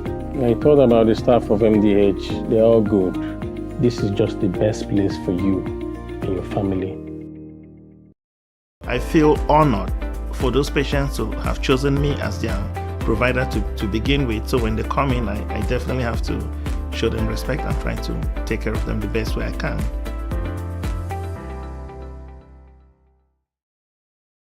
The thing I enjoy most is that we take care of a wide variety of people in our community. I see infants through teenagers and mothers and fathers, and I really enjoy that.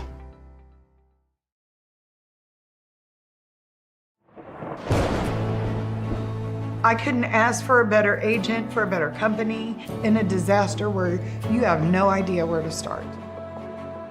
I learned that there's not a given in life. It takes a team. There's people that are going to watch out for us and make care. It's been pretty stressful. Once we saw Lori and got our plan, it's like a huge weight lifted. I chose the MDH OBGYN group because I've heard wonderful things about Dr. Smith. And upon entering the office, I really got along with everybody and got a warm feeling. The staff is warm and inviting and welcoming. It's a small community, so it's a really nice hospital to have here in the rural area. I continue to choose MDH because of the relationships I have. I really enjoy everybody here. Well, I've always had an interest in the medical field, and then growing up, I actually went through physical therapy myself for an injury, and that got me back to playing my sports and the activities that I loved. So seeing that firsthand, I got to see how much physical therapy could really benefit others. MDH Sport Medicine Rehab is just not for the athlete. We see a variety of ages, getting them from having pain to no pain to get back to their normal activities and their prior level of function. At Western Illinois University, leathernecks don't just blend in. Our purple stands out. Our students are innovative, creative, and resilient. At WIU, there's limitless potential, with campuses in Macomb, the Quad Cities, and online. Visit wiu.edu/potential to become a leatherneck and get an education that stands out.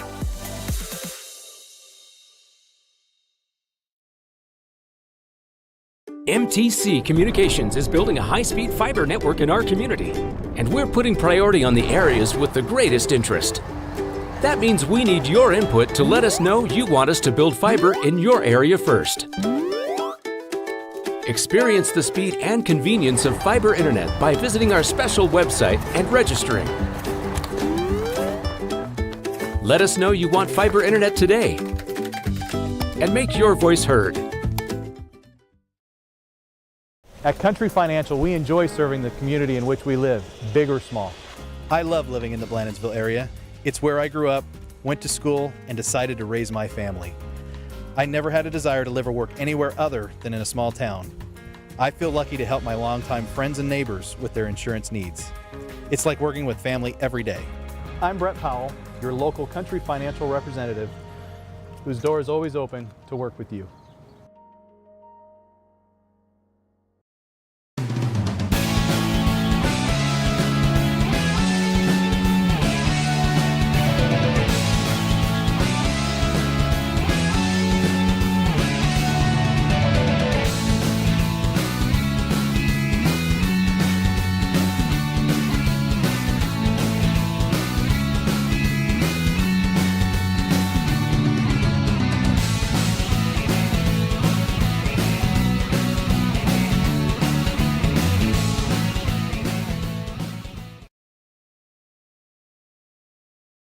After my appointment that day, I just made up my mind that I'm going to have my baby here in Macomb. They were so wonderful. I thought about the staff of MDH. They're all good. This is just the best place for you and your family. The thing I enjoy most is that we take care of a wide variety of people in our community. I see infants through teenagers and mothers and fathers, and I really enjoy that. You will get the opportunity to see so many different things that if you worked at a bigger hospital, you may not be able to see. You know, work is not just about the job, it's also about the people that work alongside you. And we have the best teamwork. They're like a second family. Sometimes you can't get that feeling other. A lot of people don't realize that you don't have to live with the dizziness day to day, especially concussions as well, that we can treat those things here. Same with pain. You don't have to live with the pain that you're experiencing. We have the ability to help you. I see acute injuries on the field. I see ankle sprains. I see ACL knee injuries, as well as in the clinic. It's very rewarding to see them from on-the-field injury to rehab to transition back to their event. I was more worried about. Welcome back into TSSR Game Time Live, presented by MDH. West Hancock Titan Sports, presented by LJ Insurance. A quick word from one of our sponsors, LJ Insurance. Want to know the benefits of an independent agency? Well, LJ Insurance, we can be sure to offer you the best fit for you. With many options from our different companies, whatever you need for coverage, we can help. Make sure to visit us online at lj-insurance.com or call 319-524-4223 or stop and say hi at 515 Main Street, Keokuk, or 711 Avenue G, Fort Madison. LJ Insurance, locally focused with sound advice. We're getting ready to kick off here in the second quarter, 16-8. Low scoring affair here at Jim Replinger Field in Hamilton, Illinois. Golden Eagles have the lead, and as we promised, we're coming back with some key players to look out for both teams. I got John Little with me here today. I'll go ahead and go first for some key players for Mercer County, the Golden Eagles. One of the biggest names so far is number 42, William Frederickson, having himself a day so far. Returned the kickoff for a touchdown that got them to 16. Then you also got to think about number 24, Tannen Whitehall. He's putting up some numbers here to get today against the Titans.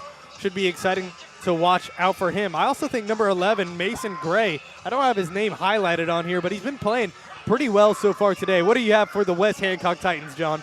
Well, with this offense, of course, it comes down to the quarterback.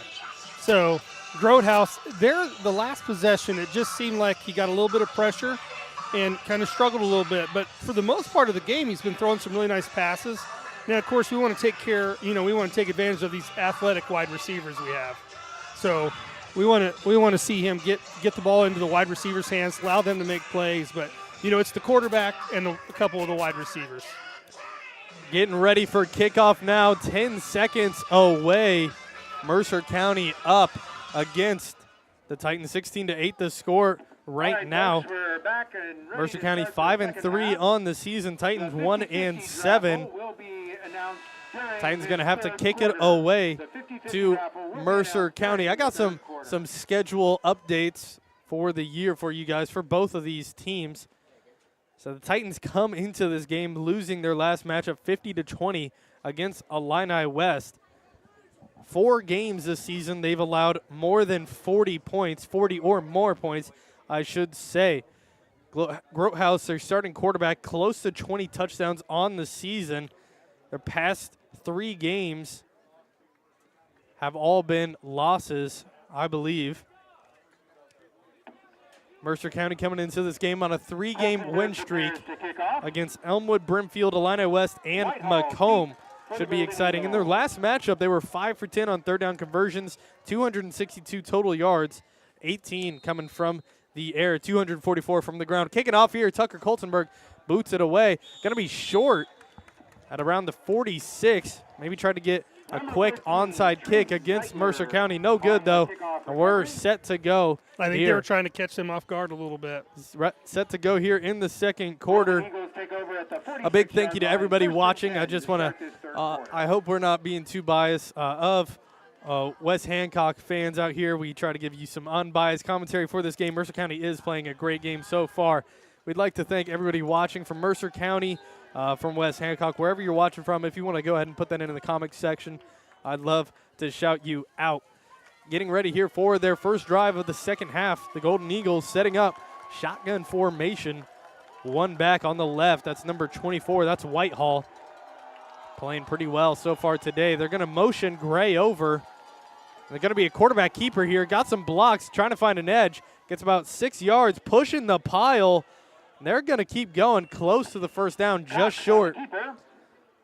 Going to get to Titan territory. Ball at the 45 now. To the 45-yard line.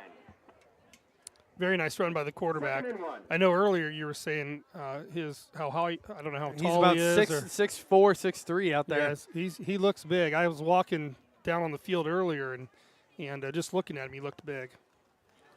Titans going to get ready to go here on this 2nd and 2. Quarterback keeper went for about 8 yards. Setting up 2 receivers on the right, 1 on the left. Offset tight end.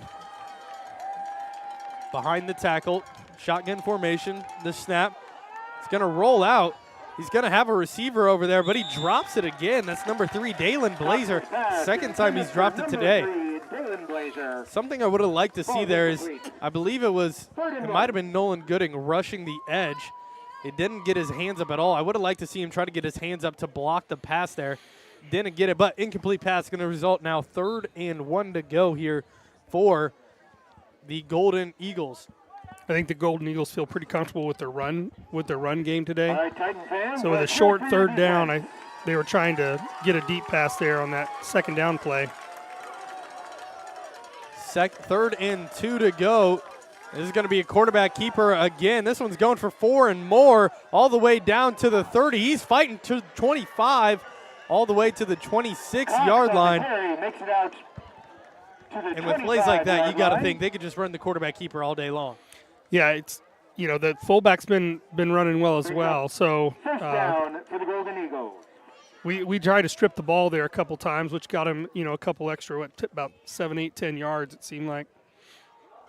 Setting up here, ball at the 24-yard line. Golden Eagles with it, shotgun formation. Whitehall next to him. Probably going to see a handoff here to Whitehall, or a fake. Not looking pass. They are going to give it to him up the middle. He's going to have a nice bounce out, tackled by Jacob Martins. Gain of about 3 yards, no more. That looked like it was going to go for much more there, but I thought he had the edge. He didn't quite. Martin's still out on the field, as we mentioned before. If you're just joining in, Jacob Martins in their last matchup against Illini West dislocated his shoulder. Ended up getting it put back in place later that night. And a week later, he's out on the football field playing a varsity game for his senior night. And both sides, too. I mean, he's playing offense and defense. Running back and linebacker. He's one of those leaders for the Titans on the field. He had 12 tackles in their last week matchup. Setting up 2nd and 8. Shotgun formation. They're going to motion Gray over. They're going to be another quarterback keeper. He's going to find an edge. Charlie Dayton did a nice job at getting a hand on him, slowing him down a little bit. Martins ended up getting there and helped with the tackle. I think that helped not get his full speed going, so that really helped his other teammates come and make the tackle, clean it up. Going to be 3rd and 4 in the red zone at the 19-yard line, working into Titan territory. Shout out to Jake Little in the comment section watching from Oskaloosa, Iowa. Let's go Titans. 9:20 on the clock here in the 3rd quarter. First quarter moved pretty fast. Second, a little slower. See how the 3rd goes here in the last game of the regular season here for the Titans in Mercer County. Going to be a quick pass. This one's over to Blazer, and he's going to catch this one. I believe it could be his first reception of the game, first reception of the second half for sure. First down for the Golden Eagles. They're moving the ball well into Titan territory. Red zone at the 14 now. From the 13-yard line. 8:58 on the clock, counting down. Nice cool night here in Hamilton, Illinois. We're at the beginning of the game, it was getting kind of hot up here in the press box, but now it's about 60 degrees outside. It's cooling off. Nice. 8:44 on the clock. Shotgun formation. Quarterback keeper again right up the middle. He's got an open lane. He's at the 5. He's at the end zone. Touchdown. Dragged down in by Gage Scott. Cox on the keeper. Cross the line, and Colby Cox gets into the end zone. Touchdown. And they take a 22-8 lead against the West Hancock Titans. Going to go for the 2-point conversion here. Eagles didn't waste much time, only 3 minutes, 30 seconds used on that drive. They obviously seed something in the Titan defense. They came out, they ran the quarterback several times there. The quarterback keeper ran around 5 times on that possession. Got a lot of yards every single time, too. That one play only went for about 4, but positive yards are positive yards. Shotgun formation. 3 receivers grouped up on the right. Going to be another quarterback keeper, and it's going to be in. 2-point conversion is good. Eagles now up 24-8 on Titans after the quarterback keeper. 2-point conversion is good. You got to think they're going to like to run that play again and again throughout the game now after seeing what they did on that drive. Yeah, I'm guessing we're going to see that play a couple more times yet tonight. Mercer County in their last matchup ended up beating Macomb. It was an away game, I believe, at Macomb. They ended up winning 24-16, a low-scoring game, it seemed like. But here today, the score is 24-8 as well. So Macomb ended up coming back. It seemed tried to make a run for it in the second half, didn't quite complete it. Ended up losing by 8 points. 24-8 the score. 8:34 on the clock here in the 3rd quarter. Mercer County getting ready to kick off. 5-3 on the season. One of Mercer County's 3 losses was against Knoxville. Tucker Coltenberg, Bryce Varner going to be set up to receive to return this kick. The winner tonight will receive $335. They just announced the, if you were listening, they just announced the raffle winner. So if you're in the comment section and you think you won, go ahead and shout that out. Getting ready to kick off here, number 12. This is Derek Garner. Had some nice kicks so far today. Nice and low. Going to land at about the 15, but it's going to be returned here by Coltenberg. He's going to try to find an edge. Cuts back the other way. Gain of about 15 yards on that return. To the 31-yard line. 1st and 10 from the 31 now for the Titans. Titans take over 1st and 10. Well, let's see what we do here to respond. We need a nice drive here and obviously a score. She's going to set up in shotgun formation. Fumbling over my words. 2 receivers either side. They're going to look over to Gooding. This is tipped, batted down, jumped on by the Titans, but it's going to be an incomplete pass. By number 32. Really great job to get his hands up. That's number 32, Lucas Marston. Yeah, the quarterback set up quick to throw right, and then the defender knew he couldn't get any closer, so he jumped up with his hands there, made a great play. Growhouse going to have to come back over to Coach Dorothy, get the play call. Giving the play to his line. Nice set. Martin's in the backfield. Shotgun snap. Drops back to pass. Has a receiver. That's Gooding, but it's going to be a little outside. He was open out there on the edge. Nice little pocket, but incomplete. No good. Yeah, I know he threw an out there. It looked like the receiver had a little button hook on the inside there, so I don't know.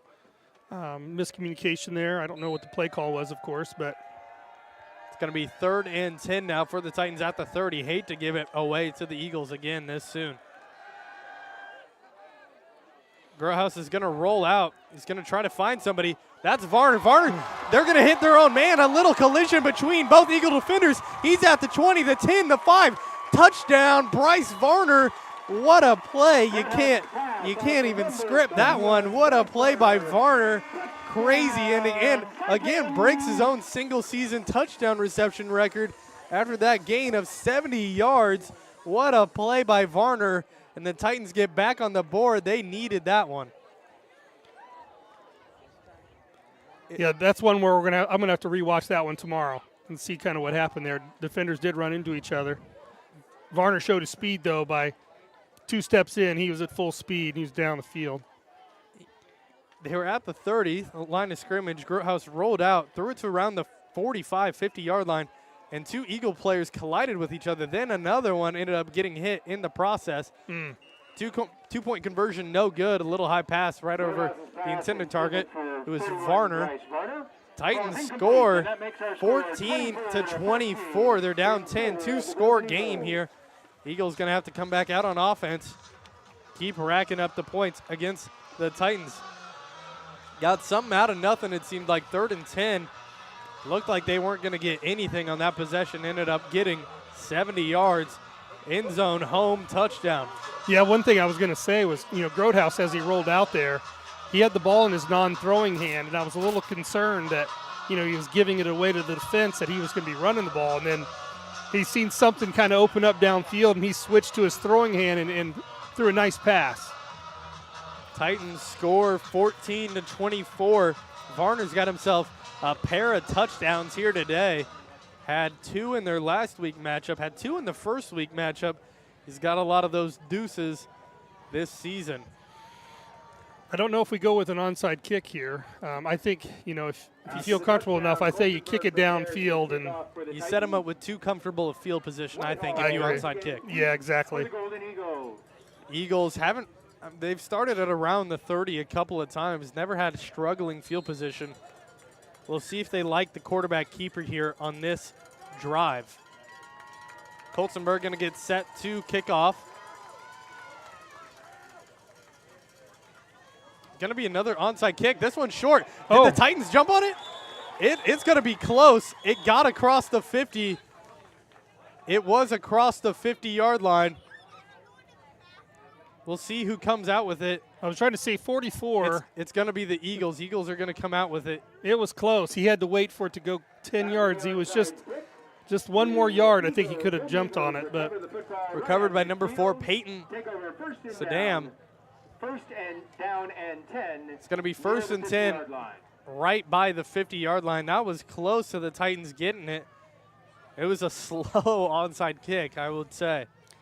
Yeah, it took one big bounce there. Kind of had to wait for it to go 10 yards. Now, you're looking at this from, depending on who you're looking at this from, from the Titan side of things, you're going, well, you're giving him short field, the short field to score here.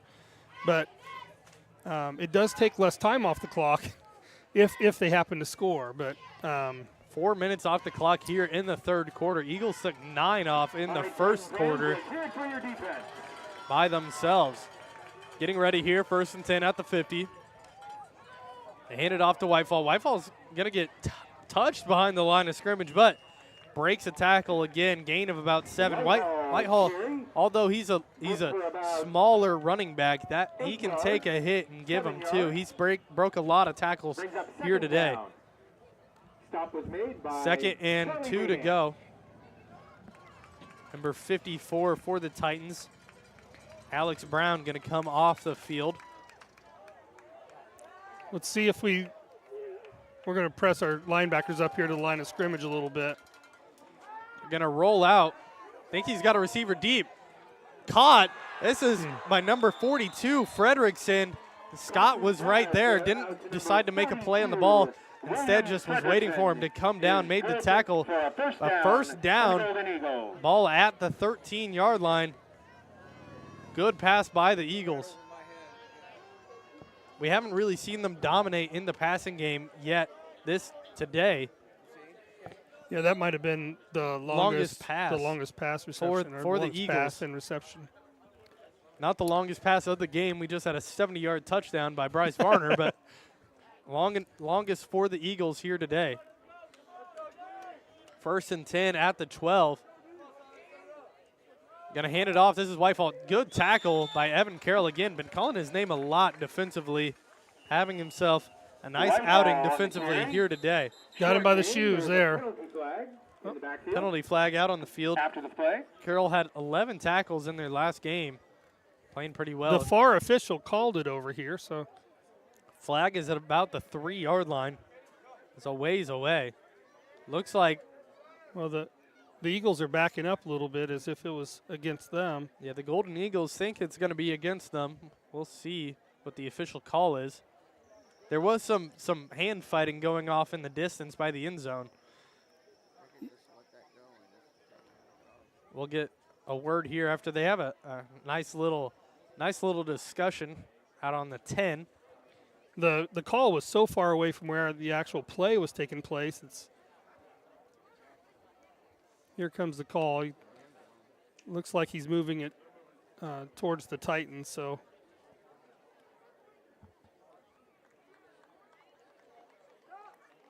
dead ball and sportsmanlike conduct on the Titans. Another one against the Titans. Second dead ball penalty against them here today. Unsportsmanlike conduct against the Titans brings up 2nd down for. I believe it was on number 12, Tucker Coltenberg. 2nd and short. 2nd and short now for the Eagles. Ball is on the 4-yard line. They snap. They're going to roll out. They got a receiver middle of the end zone. No good. Incomplete. Pass was to William Fredrickson. Threw it just behind him there. Just a little bit behind him. Try to make a play on it. I like the idea of going for the pass on the first play when you're this close. Give it a shot. Yeah, they have proven pretty much the whole game that they can run the ball. I don't think they're too worried about picking up 3 or 4 yards if they had to on a run play. 2nd down. No, it's 3rd down. Excuse me. 3rd down on the 4-yard line. 6:33 on the clock. Setting up here. Shotgun formation. Pack the line. You got 3 receivers tight to the offensive line. It's going to be another muff snap. Does he get to the end zone? He doesn't. He's going to be short again. Cox. Gain of about 2 or 3 yards. 4th down now. After a tough snap. 4th and 3 to go. Big 4th down here for the Golden Eagles. You got to think they're going to go for it here. Fans, your defense needs to hear from you as they try to get this stop on 4th down. Halfway through the 3rd quarter. Eagles drawing up a play here. I'd like to see if they go with the run again. It was a quarterback keeper, I believe. That was the design play. Another bad snap, though. They ended up gaining a couple of yards, but not much. Clock still counting down.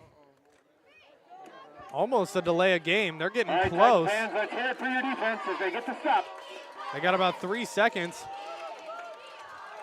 And they snap it just in time. Rush left. Tackle, no good. End zone touchdown. Another touchdown for the Golden Eagles. Colby Cox finds the end zone yet again. Eagles put 6 more on the board.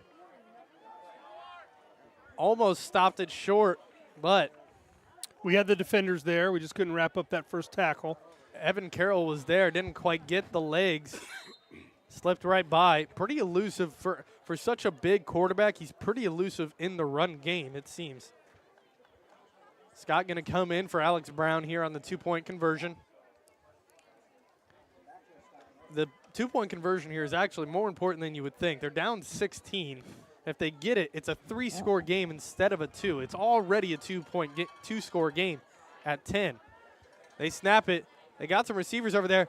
Intercepted. This is by Carroll, but if they would have ran it back, would have been a 2 points for the Titans had they run it back. But batted away, intercepted, but no good on the 2-point conversion. Titans going to get the ball now. Kickoff by Mercer County coming your way.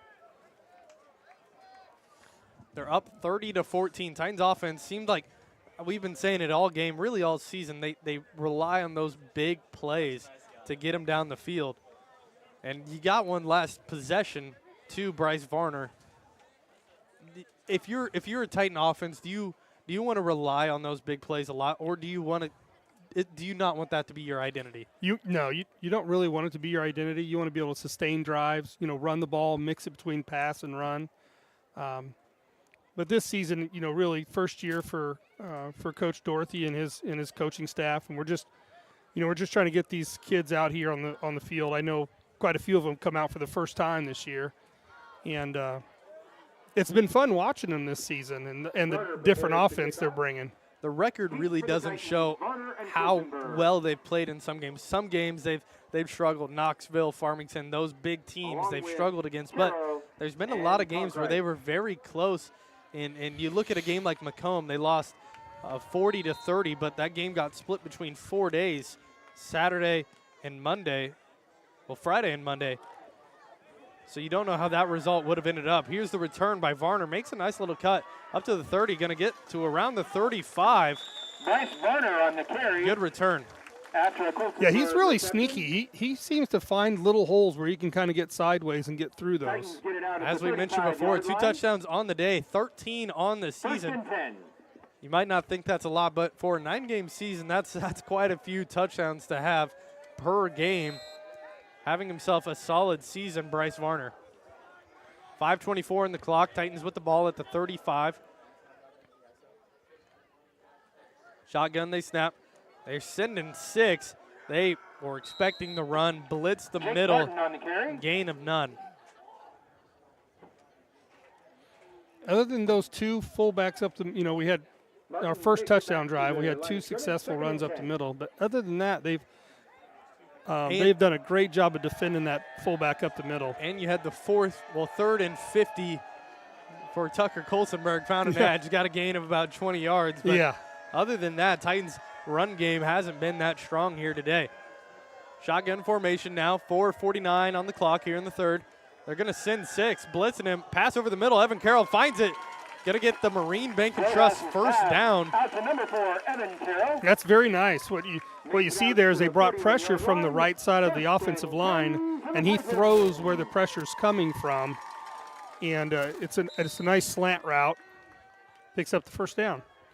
Good first down for the Titans. Like to see those nice short little plays result in positive yards.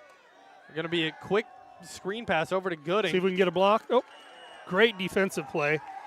I can't quite see his number, but that was a great tackle. I believe it was number 24 again. Okay. And it was. That is Whitehall, the running back, Tannen Whitehall. So he's a stud on offense and defense. He's a dual threat out there. It was a good tackle. Screen pass to Gooding gets him about 6 yards on the play. 2nd and 3 is the official word. I like the deep play here on a 2nd and short for the Titans. You got one-on-one here on the edge for Scott, a guy you like to look at on deep plays. Shotgun. They fake the handoff, roll out, quick pass to Varner. Varner's going to try to get some. He's going to get a gain of about 3. It's close to the first down marker. It's on the 45-yard line, which will be very short. Just short of the line. 3rd and short. Quarterback sneak possible. Oh, they fumbled the snap. Way too quick. Jeez. Ball is out. Oh, they picked it up. The Eagles at the 40. And they're going to have the ball here at the Titans' 37-yard line. when you're a team that runs out of shotguns so much, like so many times, I should say, and you go into that under center look, it's just hard to get that familiar feel of the ball. He loses control. Eagles going to have possession now. 3:15 on the clock. That's tough for the Titans. They had a 3rd and short, had a nice offensive possession going. Good. I like the way they were moving the ball, but just a mishandle by the quarterback there on the snap. Fumble results in Eagle football. Quarterback keeper here. Good job by Charlie. Nice. Yes, very nice play. Charlie Dayton gets through the line a little bit. Yeah, he pushed his guy in the backfield and kind of broke that up early and was able to make a tackle. It was a gain of 3 yards, but it really looked like he got into the backfield pretty well on that one. 2:55 on the clock. Yeah, their quarterback is just nice and athletic. He's nice and tall, and he's got a good drive to him when he runs the ball. He's got a good lean. Steady glide when he runs the football. It's really nice to watch. Setting up here, 2nd and 7 to go. Shotgun, 2 backs next. They're going to roll out to the left. Quick pass up. This is Fredrickson. He's going to be short of the line, the first down marker.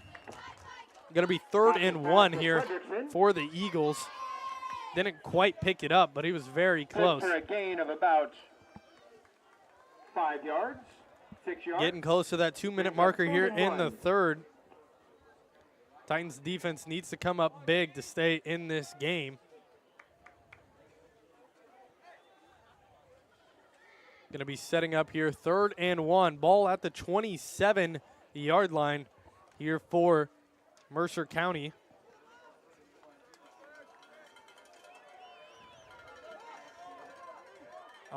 In shotgun formation. They're going to hand it off. This is Whitehall again up the middle. He's going to get it. Met pretty quick by Titan defenders, but they get the ball across. Stop made by number 54. Stop made by number 54, Alex Brown. I think I'd like to mention, I said earlier in the game, last week when the Titans played Illini West, they allowed nearly 500 yards, all coming on the ground against them. And today in this run game, that's just been another big struggle. The run defense has just not been there for the Titans yet this season. Setting up, they're going to roll out. This is a quarterback keeper again. He's going to find a nice little edge, going to be close to the first down marker. Down goes the official on the far side. Official got a nice hit stick in out there on the edge. They're going to move the ball all the way in the red zone. Ball is at about the 14, 13-yard line. One of the big differences between last week and this week is, of course, Illini West runs pointing to that wishbone, and every now and then they kind of come out in that double wing. This Golden Eagles team, they've come out with several different formations. You know, they'll spread you out defensively. They'll run a guy in motion, try to get your defense to shift, and they'll kind of run to that vacated spot. And, of course, the quarterback can throw. So they've really got the defense kind of on their heels. They've got quite a bit of plays in their playbook. Setting up here, 1st and 10, ball at the 13-yard line. Here we go with a 2 running back set. So, again, another twist. Handed off to Whitehall. Good tackle by Evan Carroll after the gain of about 3 yards. Under a minute to go here in the 3rd. They got to snap it one more time before we can get to the 4th. Titans down 16 in their last game of the season. Can't make the playoffs. Mercer County trying to secure their playoff hopes. Yeah, a win here tonight for Mercer County, I believe, will get them clearly in the playoffs. 18 seconds on the clock, 2nd and 7 to go. Ball at the 10. And we're going to get a timeout, it looks like. Well, it's the headlights down here on the far side. We've got a car in the end zone on the east end with its lights on. Please turn those lights off in the east end zone.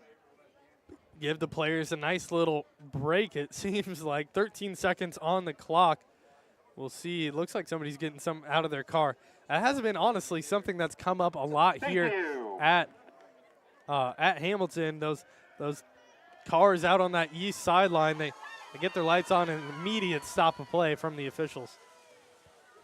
13 seconds, ball on the 10. 2nd and 7 to go. Eagles setting up shotgun formation. They got Gray next to the quarterback, 3 receivers far right, 1 on the left alone.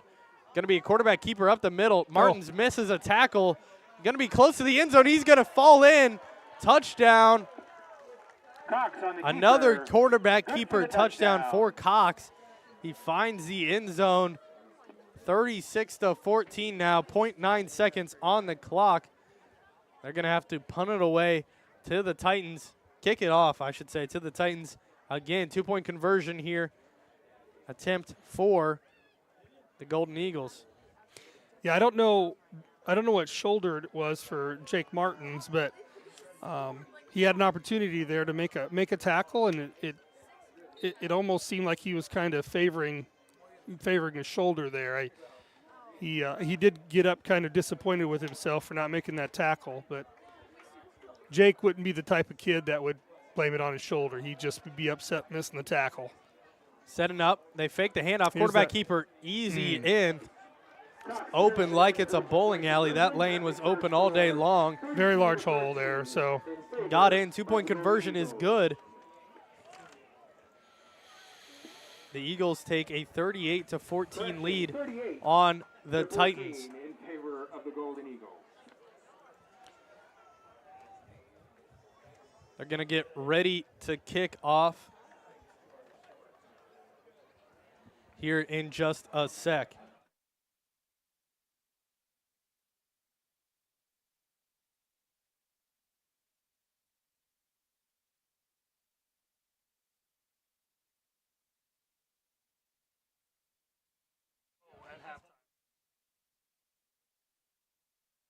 Knoxville getting set to kick off here against the Titans.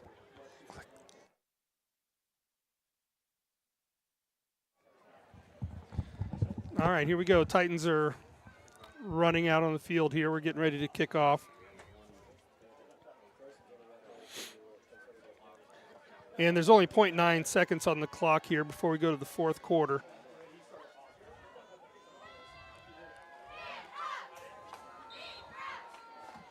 All right, here we go. And again, nice kickoff down the middle. Looks like Coltzenberg hands off to Varner. Varner sees a little bit of a crease. He bounces it outside. And we had a nice run out here at about the 43-yard line. And, of course, that brings us to the end of the third quarter. So I'm going to take you to a break here. And here he goes.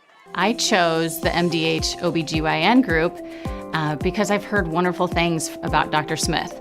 And upon entering the office, I really got along with everybody and got a warm feeling. The staff is warm and inviting and welcoming. It's a small community, so it's a really nice hospital to have here in the rural area. I continue to choose MDH because of the relationships I have. I really enjoy everybody here. After my appointment that day, I just made up my mind that I'm going to have my baby here in Macomb and this hospital, because irrespective of where you're from, who you are, it's just their line of duty to make sure they give care, make you comfortable. I thought about the staff of MDH, they're all good. And you get all the support you need. This is just the best place for you and your family. Well, I've always had an interest in the medical field, and then growing up, I actually went through physical therapy myself for an injury, and that got me back to playing my sports and the activities that I loved. So seeing that firsthand, I got to see how much physical therapy could really benefit others. I grew up in a small town in Missouri, and I like the feel of community. I like knowing the people that I take care of and knowing the people around me, providing care for someone that you know is in this community and helping them to get better. Well, I've always had an interest in the medical field, and then growing up, I actually went through physical therapy myself for an injury, and that got me back to playing. Welcome back into TSSR Game Time Live, presented by MDH. Titans got the football at the 40. Quick pass over to Gage Scott. He's going to try to make a defender miss. Gain of only about 2 yards on that one. Scott on the reception. Good for 2 Get yards. positive yards on the Second first and 8. play. A great return by Bryce Varner. Yeah. Ended up getting us nice. all the way to the 40-yard line. 38-14 the score. Fourth quarter of play here in Hamilton, Illinois. Drop back, quick pass over. This is to Conkright. Conkright, it's a fake to Gooding. Gooding wide open at the 30. Can he outrun him? 10, 5, touchdown. Titans on the fake play. No flags on the field. Coach Coy Dorothy ecstatic down on the field. And the Titans score right out of the break. What a play. What a draw up play for the Titans. They fake it over to Conkright, who hasn't been in the game at all yet today at running back. They give it to him. He throws the touchdown. It's good. 20-38 now is the score. What a play for the Titans. 2-point conversion here. Drop back to pass. They're going to roll out. Trying to find somebody over the middle. That's Varner. Intercepted. And it's going to be no good. 20-38 the score. Titans get into the end zone here, showing their tenacity. 30-20. 38-20. What a play. Yeah, that was nice to see. I mean, we needed a kick. The Titans needed a quick score, and they came out in the same formation, and they ran that running back out to the right side of the formation. The first play, they threw it left to Scott, but that time they came back with that trick play there. Only 36 seconds gone off the clock, and that's what you get with good field position. If you get positive yards on your first play, you just throw something out there that you think can get you into the end zone. A really good play for the Titans. They only got 11 minutes and 24 seconds to work with. They're down 18, so it's going to be a 3-score game after not getting that 2-point conversion. Do you think they come out again with maybe an onside kick try? I mean, they haven't. The last one was close, but you got to think the Eagles are expecting it. They should be expecting it here. I mean, you're down 18, which is actually 3 scores, and with only 11 minutes on the clock, and Golden Eagle, of course, able to kind of run a lot of clock off the time, or a lot of time off the clock. Said that backwards, I believe. They really haven't, since the first quarter, they haven't ran a ton of time off, but that's because they've had such good field position on every single drive since, because the Titans are just going for that onside kick, and they are setting up heavy here. Yeah, they've got quite a few players right here within 5 yards. They got the hands team out there. This is one of them where you just boot it deep. Try to get them set up in tough field position, I believe. Coltonberg going to set up to kick. Here we go. It is going to be a little long of a boot at the 30. Going to be picked up, dropped right at the 29. Number 3, Blazer, is just going to drop right onto the ball. Smart decision. Yeah, that was really smart on his part. No sense in making a mistake there. You've got decent field position. You're almost to the 30. I understand the idea with the little pooch kick. It gets over the initial lines. Yes. But you don't get there in time. I'd rather have seen a deep kick, try to get them with worse field position. Yeah, I think if you're going to kick that little, that kickoff over to like the 30-yard line, you need quite a bit more air on it. A lot more time. Yes, a lot more time to get your guys downfield to get that. Setting up here, shotgun. 2 receivers far right. Offset behind the tight end. They're going to run over. Oh, that should be a hold. Gets through the line. Should be a hold, as you mentioned. Quarterback gets a gain of about 5 yards. No flag on the field. Gooding shaking his head.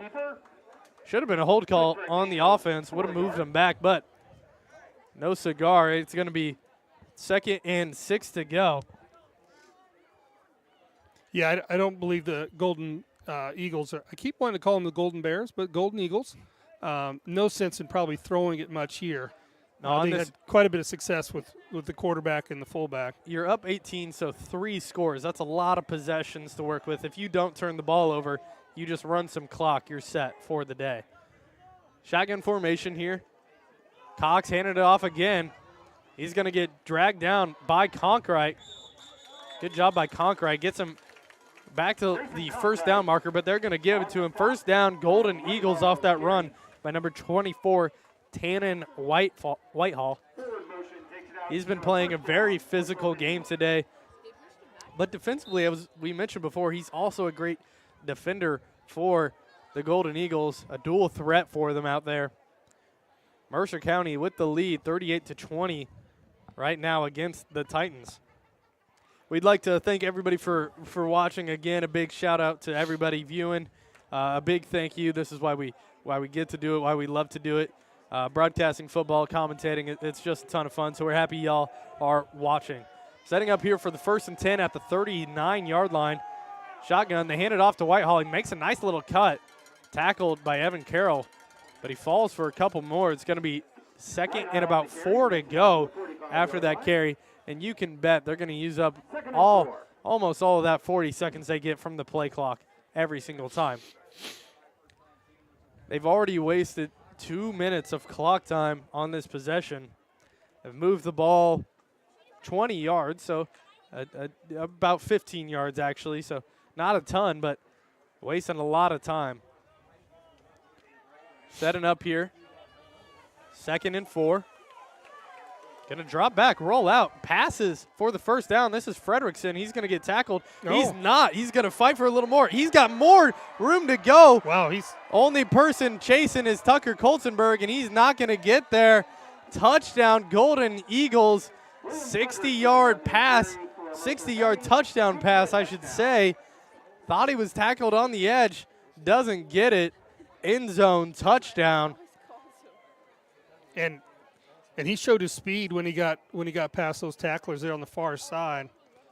He was actually kind of angling towards one of our defenders, but was still able to outrun him to the spot. Running like he was scared. What a touchdown for Fredrickson.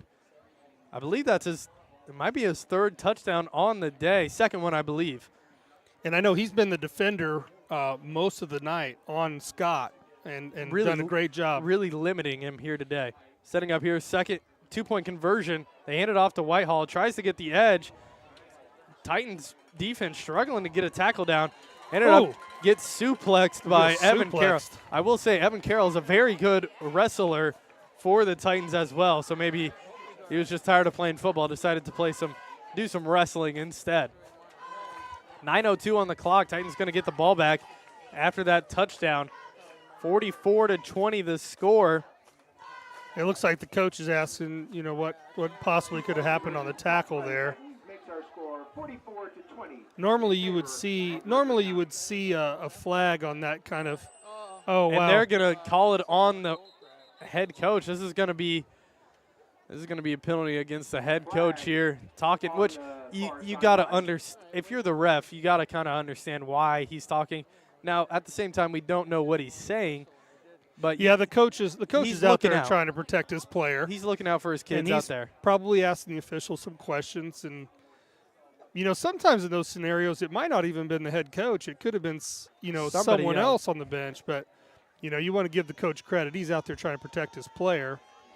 Now, one thing I will say I've noticed a couple times tonight, there's been a couple running plays where it seems like their forward progress has stopped. And the officials, I'm not pointing fingers, but – you could have saved yourself some grief there. Blow a whistle, the play was dead, but, coach was really trying to protect his player there. Which you got to understand, when you're a head coach of a team, you're just everybody you're looking out for. If that happens to one of your players, you're going to say something. Yeah. And there's no reason not to.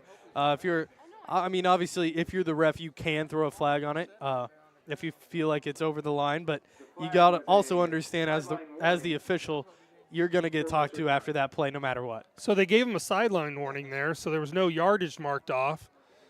With a 44-20 lead, I don't blame the coach there at all. Made his point clear, I think, to the official. Deep kick. This one goes to about the 15. Varner's going to pick it up. Fake the handoff. He's going to get to about the 20, 25. Makes a nice little juke move. Falls at the 31. That's where the Titans are going to start with the ball. 8:49 on the clock. Titans don't have a ton of time to work with here when they're down 44-20. Well, a couple of their plays have happened very quickly. It didn't take very much time off the clock at all. That is very true. So, touchdown to Nolan Gooding, touchdown to Bryce Varner. Both more than 50 yards, I believe, or more than 45. 1st and 10. This is one of the very first times we're going to really see Conkright out there at fullback. Going to be a quick pass out to Varner. Varner's going to catch it. Good block by Scott. Gain of about 3 yards. Similar situation to where we saw them do the fake run, fake screen pass where Conkright threw it over top. 8:30 now on the clock. Shotgun formation. 2nd and 6. The snap drops back to pass. Looking for Scott. Finds his man. Nice little move. First down. Marine Bank and Trust first down for the West Hancock Titans. Gets it to around the 45. I like the play call. Threw it to him before he was looking. Caught it. Made a nice little move. And I will say, Gage Scott, I know him pretty well. He's a very, very athletic person. He multi-sport athlete out there. He's going to be able to make those one-on-one moves the majority of the time. But against a defender like Fredrickson, he's a very tough guy to shake off. Run to Coltenberg, going to go for about 2 yards. Yeah, defensively, they really shut down that off on the outside there. So he made a cut back up the middle.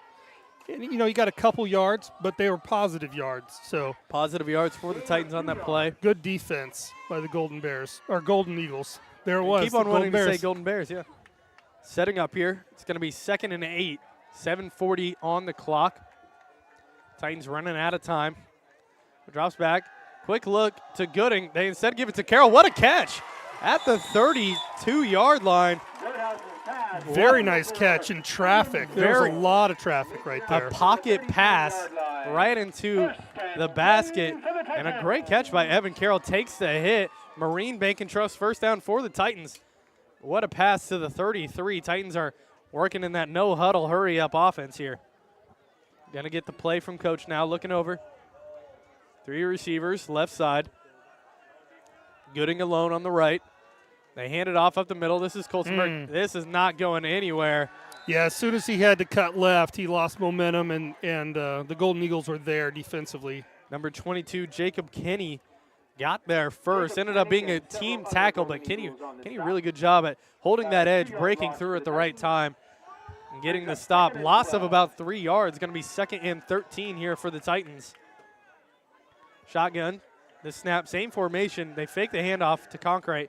Looking over the middle to Gooding. He's going to jump up. Incomplete pass. No, there's nothing. That's good defense. Gooding looking for a penalty, but they got some hands on the ball. Ended up deflecting it.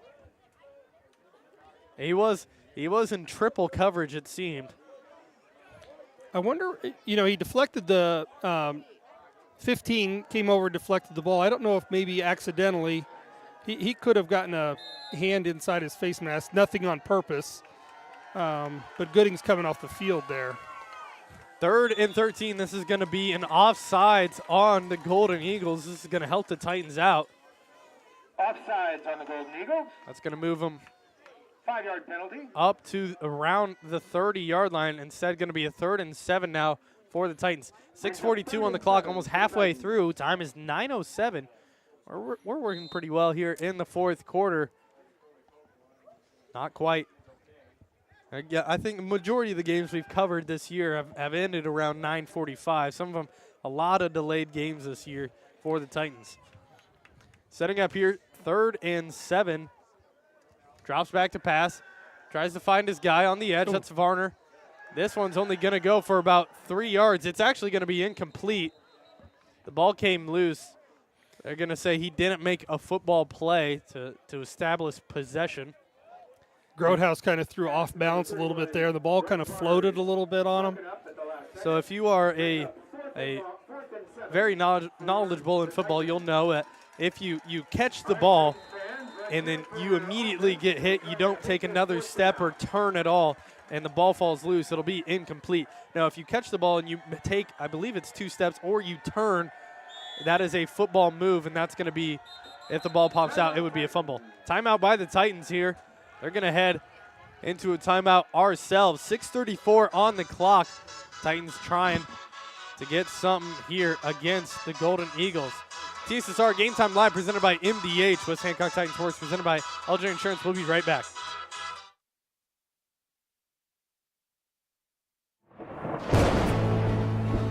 I couldn't ask for a better agent, for a better company in a disaster where you have no idea where to start.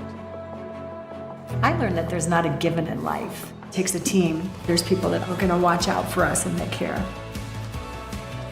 It's been pretty stressful. Once we saw Lori and got our plan, it's Like a huge weight lifted.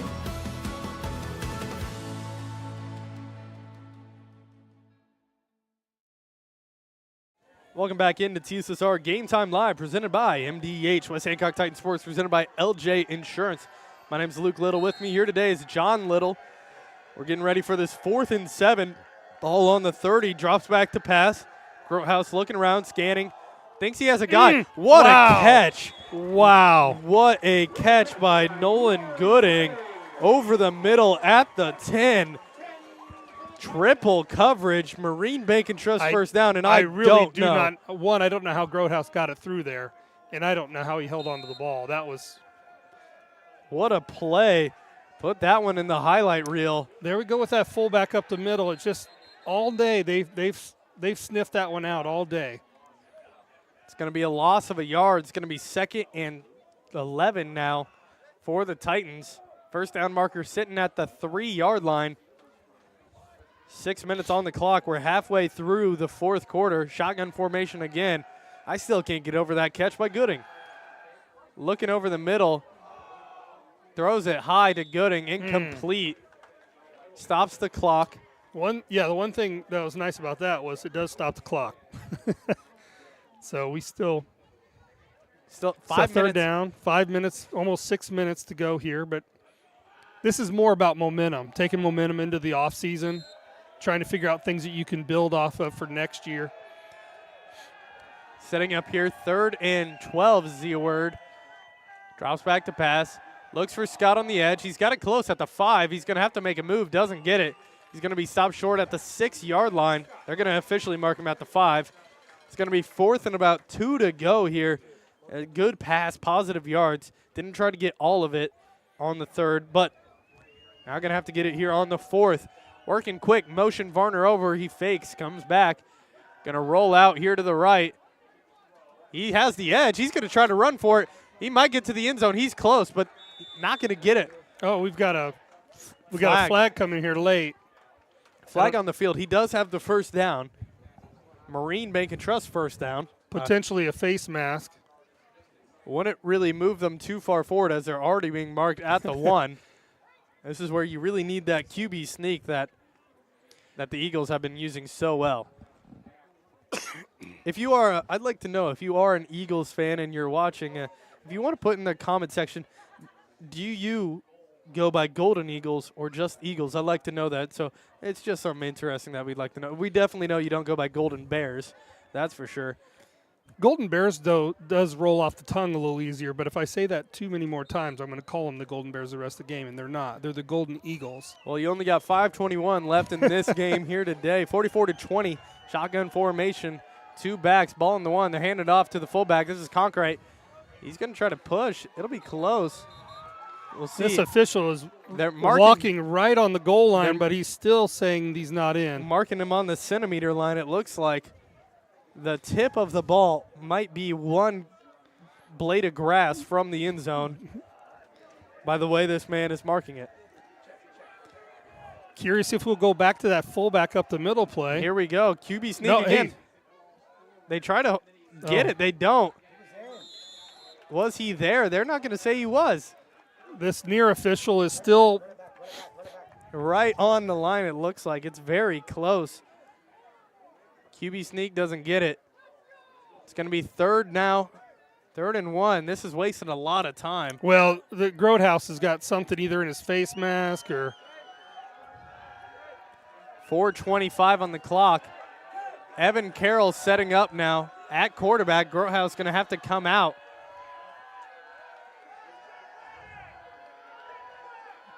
Something happened with Grotehouse.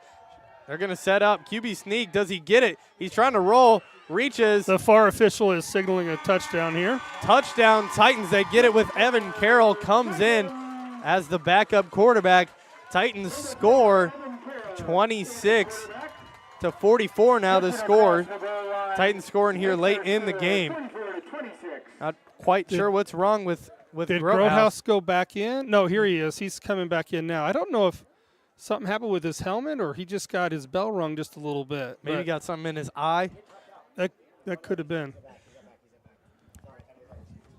Titans setting up 2-point conversion. This would make it 28-44. 4:07 on the clock. You got to think the Eagles are going to waste a lot of time. Titans still have 2 timeouts. Pass over to Gooding, no good. Roadhouse's pass is broken up. And Coach Dorothy has a word with the official about that play. 4:07 now on the clock. Titans down 26-44. We're going to head to break real quick. We'll be right back for the last 4 minutes of play. TSSR Game Time Live presented by MDH, West Hancock Titan Sports, presented by LJ Insurance. We'll be right back. At Western Illinois University, leathernecks don't just blend in. Our purple stands out. Our students are innovative, creative, and resilient. At WIU, there is limitless potential, with campuses in Macomb, the Quad Cities, and online. Visit wiu.edu/potential to become a leatherneck and get an education that stands out.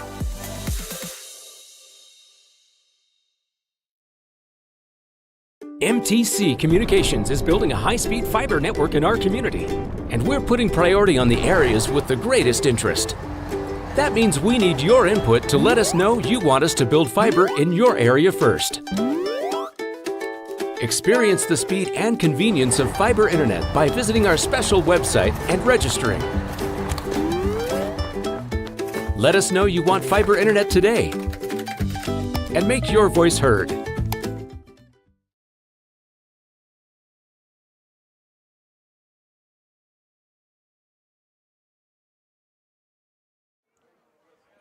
All right, welcome back. Titans are setting up here. I'm assuming we're going to get an onside kick of some sort here. You're good. 4 minutes to go in the game. Golden Eagles are ready to receive here. They have got 10 guys within 10 yards of the 50-yard line here. They're expecting an onside kick as well. Coltzenberg with the kick. Oh, it's not going to go 10 yards. It's only went 5 yards or so. They need someone to touch the ball, but the officials have just called it dead, and that'll be a penalty. Should be a penalty on the Titans.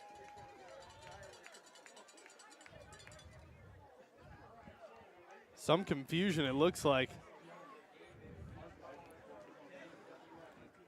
Not sure who this. They are going to call it on the Titans, I believe. Well, it's going to be the Golden Eagles ball. No one did call a penalty. Normally, if the ball doesn't go 10 yards, there's a penalty. Ball sitting at the 46 right now. I know that there at the very end, it looked like the Titans were trying to get one of the Golden Eagles to touch the ball. Fortunately, the official just kind of let that play on and didn't call anything. We did get a word in the comments say Golden Eagles is their name, but at least we got one comment saying they like Eagles more. So okay, we'll have to rock with that. There's a flag on the field. The run, this got a new running back out there on the field, number 25, Dalen Estabrock, out there on the field. Becky Summers watching from Asheville, North Carolina. Glad you're joining us. Becky Summers, Hamilton, Illinois. Becky Summers? Not quite sure, but you might know. Penalty is declined. I believe it was going to be on the Eagles, but instead the loss anyways will move them back. 3:58 on the clock, not a ton of time to work with. Yeah, they figured they would take the result of the play and second down and not take the penalty and give them another down. It's going to be second and about 16 to go here now for the Eagles.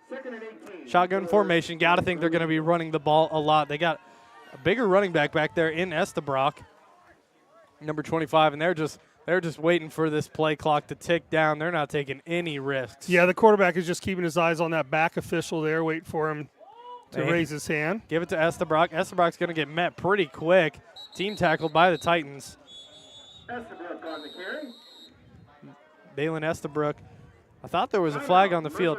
Timeout by the Titans. Timeout Titans. That's going to stop the clock at 3:31. Going to be a big third down here. Third and about 15, 16 to go here for the Golden Eagles. We'll take a quick break. We'll be right back with the last 3 minutes and 30 seconds of this game. TSSR Game Time Live presented by MDH. West Hancock Titan Sports presented by LJ Insurance. I'd also like to give a big shout out to one of our biggest fans, Hunter Froman. Just a big shout out to him before we head to break. MTC Communications is building a high-speed fiber network in our community, and we're putting priority on the areas with the greatest interest. That means we need your input to let us know you want us to build fiber in your area first. Experience the speed and convenience of fiber internet by visiting our special website and registering. Let us know you want fiber internet today and make your voice heard. Welcome back into TSSR Game Time Live presented by MDH. West Hancock Titan Sports presented by LJ Insurance. Third down, third and about 17 to go. If they don't get this, Titans are going to call another timeout, try to get the ball back. Setting up here in shotgun. They're going to fake the handoff. They're going to roll out. Wide open receiver there. He's going to get met. Okay, that stops the clock for the Titans. If he would have caught it, it would have been met pretty quick by Gage Scott. And they would have been short of the first down. Would have been short. Instead, it's going to result in a fourth down with 3:24 on the clock. Titans will get the ball back with a timeout left. Yeah, you got to think they're going to be punting this. We'll see what they can do. They're down 18 still, so it's still a 3-point game, 3-possession game for the Titans. Going to get set to punt here. Number 15, that's Colby Cox back there again to punt. Nice little punt last time. We'll see what he can do here. Get some leg on this, but this one's going out of bounds. It was pretty short, actually. Thought he had more than he did. Ball goes out around the 30-yard line, 35-yard line. That's where the Titans will start with it here in the fourth quarter. Another big thank you and shout out to everybody watching. If you were watching 2 weeks ago here in Hamilton, you'll know that we had some struggles with some blackouts every now and then. We figured it out, fixed it. We didn't have any last week, so and right now working with 0 so far today. And Becky Summers. Hopefully you did not jinx us. Becky Summers did say yes, by the way. Okay. Well, I know Becky Summers. Okay. So shout out to Becky Summers. Setting up here, 1st and 10, ball at the 32. Shotgun formation. Coltenberg in the back, drops back to pass. Has Gooding. And oh, wow. There's another double coverage, and he just mosses him. What could they be? Flag on the play. We'll see who this is on. What a catch. Nolan Gooding, give him a highlight reel. This man is unbelievable. What a catch. It could be on the defense. The Marine Bacon Trust first downs for the Titans as it is. Face mask defense. That's an additional 15 yards for the Titans. So from where the ball is currently marked, they're going to get it all the way at about, well, it's looking like the 28, about the 28-yard line, I believe. Oh, no, they're only giving a 5-yard penalty. So it's not too serious. So there are 15 and 5-yard face mask penalties. That one was only a 5. Gets him to the 38 instead. Pitch it up to Evan Carroll. Now, they haven't ran this jet sweep all day. I was kind of hoping they might run it earlier. Nice. Got some nice blocks there on the edge. 2nd and 5 to go. 2:50 on the clock. Time is against the Titans. Carter Barnes going to come into the game. Senior Carter Barnes. Varner going to head off. Quarterback Gavin Grotehouse is a junior, not a senior yet for the Titans, so hope to have him back next year. They hand it off to Barnes. Barnes is going to throw, but as he threw, he got hit from behind there, so had no chance really at all to get that one out. What I find curious is when he handed it off, he pitched it forward, which I would think would be a pass, a forward pass, but he dropped back to pass anyways. It wasn't a lateral behind him. Very close to a, if the officials really paying attention, they could have called that a forward pass. 2:30 now on the clock. It does stop the timer. 3rd and about 5 to go. Titans have working with 4 downs here. Can't give it back to the Eagles. They'll just run the clock out.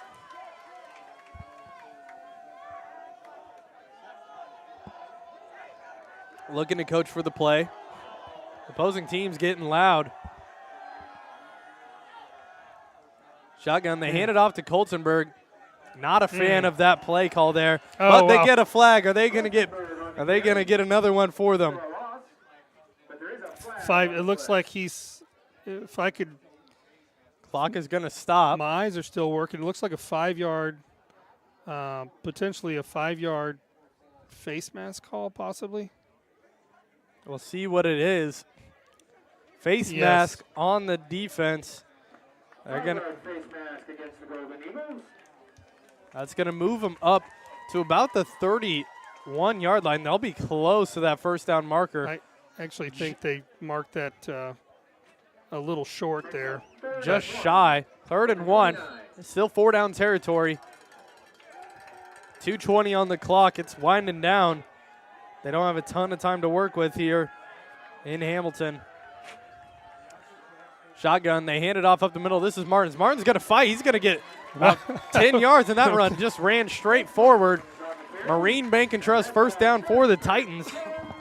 I think that's where the defense was probably expecting the pass, and fortunately Jake Martins caught a hole, and very nice run up the middle. Stops the clock until they place it. Still 2:07. 26-44 the score here in the 4th. Hand it off to Martins again. This one's a gain of about 6 yards. It's going to result in 2nd and 4 now for the Titans. It looks like we're going to get a timeout. We're not quite sure. Martins was still down on the field. Thought we were getting a timeout by the Titans, but instead Martins was just down on the field. Coltenberg going to come back out there. Setting up here, 2nd and 4, shotgun formation, 1:45 on the clock. Drops back to pass, has an end zone, has a receiver, touchdown nice. Titans. Gage Scott gets a touchdown here. Number 11 finds the end zone. 32-44 now the score after that end zone find for Gage Scott. On the board again, had 55 receiving yards last week against Illini West. Gets on the board here today against the Eagles. 44-32 now. Titans trying to go for 2. So we push them to 10 under. The Eagles drops back to pass. Has Scott again. Good contest by Fredrickson. He cut inside. He cut inside on that one. Just not enough. Grodhouse seen him open, threw a quick pass, but Frederickson made a great defensive play. Is it Fredrickson? Fredrickson. But a little error on that, maybe a little bit more to the corner, could have been successful. The Titans have been trying to look for Scott all day long, but Fredrickson has been playing great defense against one of the more athletic players. You got to obviously think of Nolan Gooding, especially the plays he's had today. He's out there making grabs for the Titans. Right. These 2 catches that he's had in major traffic in the 4th quarter tonight have been something to see. I thought that first catch by Carroll in traffic here on our side of the field was outstanding, and then you throw in these 2 that Gooding had, and the 3 really amazing catches in traffic here in the 4th quarter. Again, we're just building on some momentum here, I think, for Coach and some of these kids that are going to be hopefully coming out for the program next year. And I just want to take just a second or 2 here while we're waiting for the kickoff to, again, thank all the sponsors for us, for TSSR to bring this to all the fans out there, whether you're an Eagles fan or a Titans fan or all the other opposing teams we've played this year. Without our sponsors, we wouldn't have been able to do this for each and every game. And we have been able and lucky enough to. This is the 9th and final football game this season. If you've been watching, the first ones were pretty rough. We kept on having some problems with the voices, and then it would cut out every now and then after that. But These last 2 weeks have been a ton of fun for us. Here's an onside kick. Frederickson's going to drop right on it.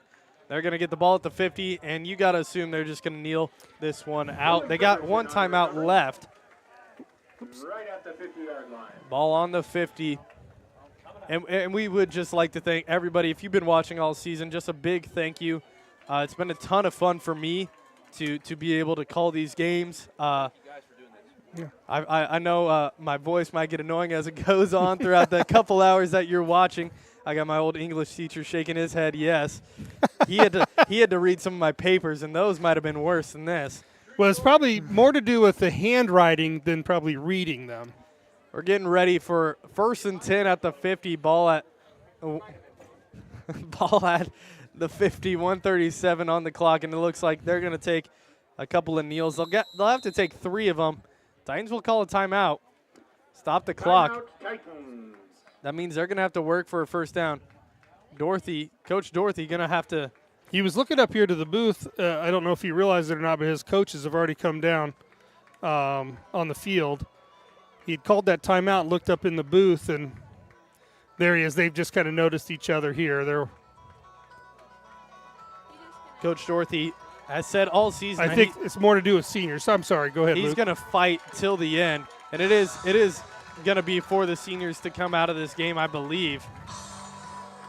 We'll read them off again to you. They're not coming out yet. It looks like coaches are out there giving them hugs. Number 2, Jacob Martins. I'll try to say him as I come off the field. Number 56, Devin Weeks out there right now, and they might just have them all out on the field. Number 63, Kyle Smith, senior. Number 62, Charlie Dayton. Number 56, Devin Weeks. Number 54, Alex Brown. 19, Ethan Schmidt. Number 13, Cooper Shaw. Number 11, Gage Scott. Number 10, Carter Barnes. Number 4, Evan Carroll. Number 3, Brock Buford.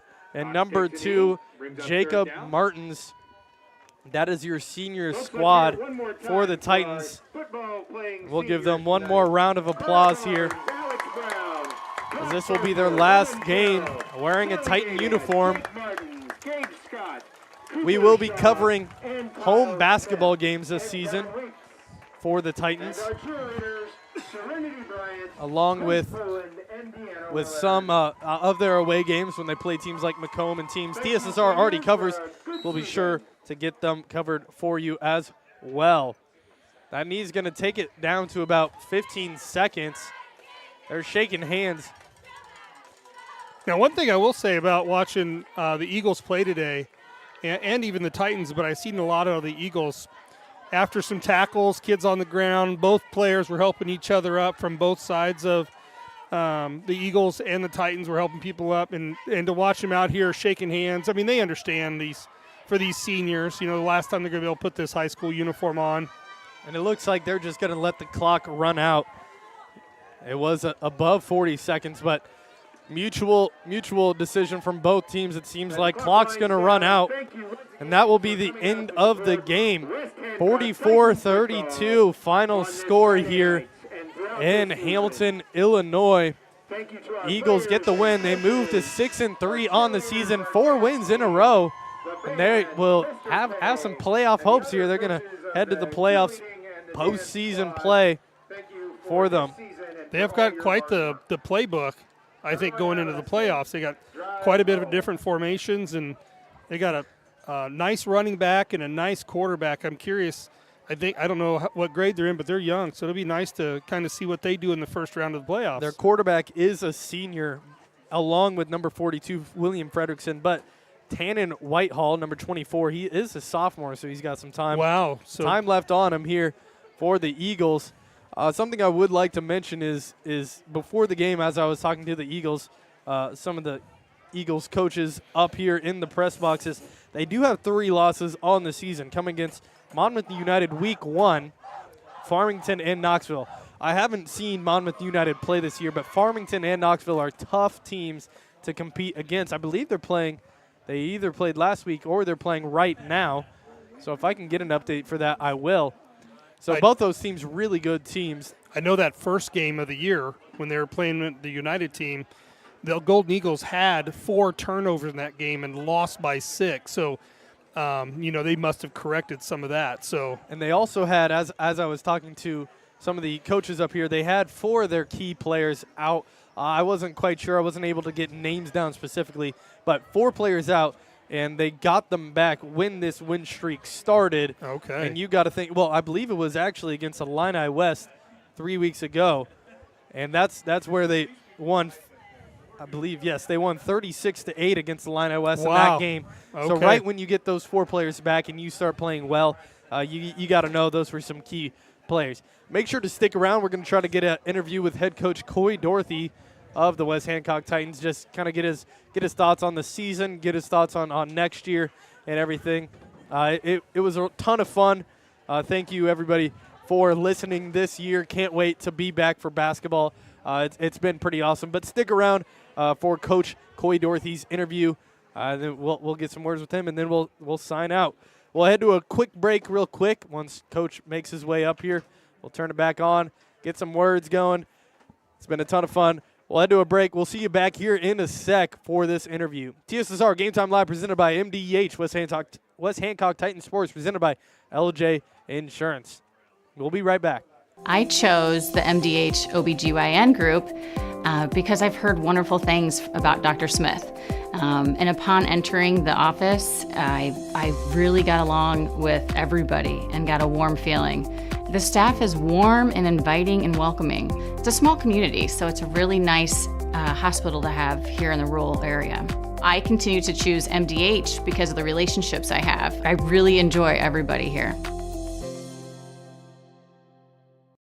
I chose MDH. We moved here, and I was researching different places that would allow me to VBAC, have a vaginal birth after C-section, and the doctors here do encourage that, and so I chose that after looking online, and I wouldn't want to deliver anywhere else because they all go above and beyond, and they're so kind and actually care about you.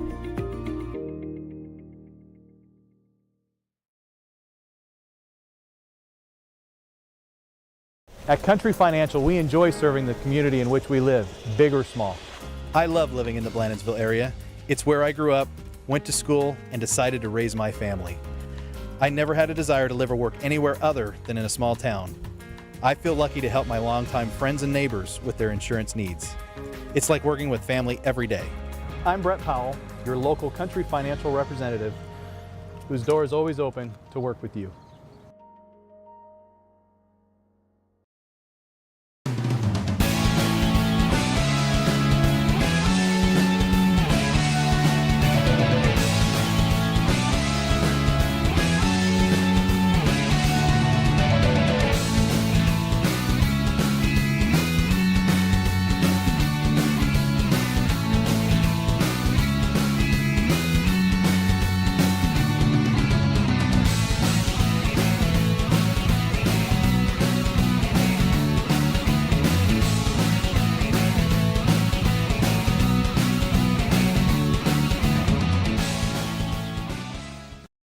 Well, I've always had an interest in the medical field, and then growing up, I actually went through physical therapy myself for an injury, and that got me back to playing my sports and the activities that I loved. So seeing that firsthand, I got to see how much physical therapy could really benefit others.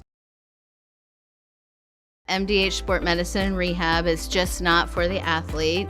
We see a variety of ages, getting them from having pain to no pain to get back to their normal activities and their prior level of function. Well, I've always had an interest in the medical field, and then growing up, I actually went through physical therapy myself for an injury, and that got me back to playing my sports and the activities that I loved. So seeing that firsthand, I got to see how much physical therapy could really benefit others. MDH Sport Medicine Rehab is just not for the athlete. We see a variety of ages, getting them from having pain to no pain to get back to their normal activities and their prior level of function. I grew up in a small town in Missouri, and I like the feel of community. I like knowing the people that I take care of and knowing the people around me, providing care for someone that you know is in this community and helping them to get better. At Western Illinois University, Leathernecks don't just blend in. Our purple stands out. Our students are innovative, creative, and resilient. At WIU, there's limitless potential, with campuses in Macomb, the Quad Cities, and online. Visit wiu.edu/potential to become a Leatherneck and get an education that stands out.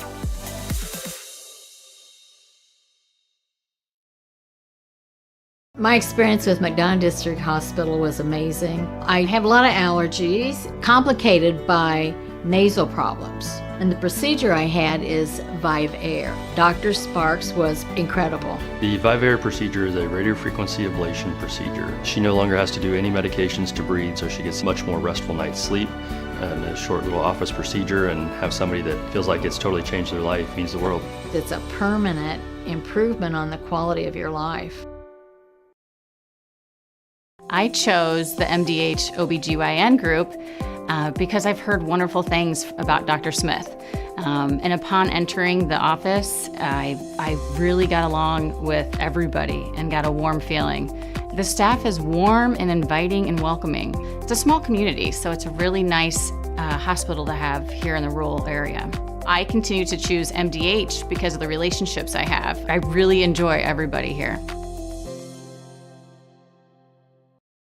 After my appointment that day, I just made up my mind that I'm going to have my baby here in Macomb and this hospital, because irrespective of where you're from, who you are, it's just their line of duty to make sure they give care, make you comfortable. I thought about the staff of MDH, they're all good. And you get all the support you need. This is just the best place for you and your family.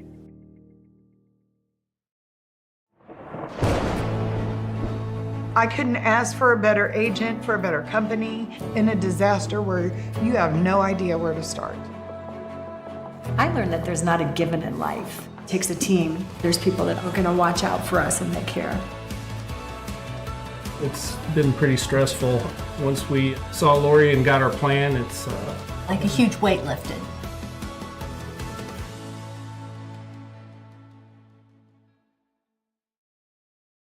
Dry needling is where you insert a filiform needle into a muscle, a tendon, a ligament, sometimes a bone, and it promotes blood flow and circulation so that it heals that particular painful area.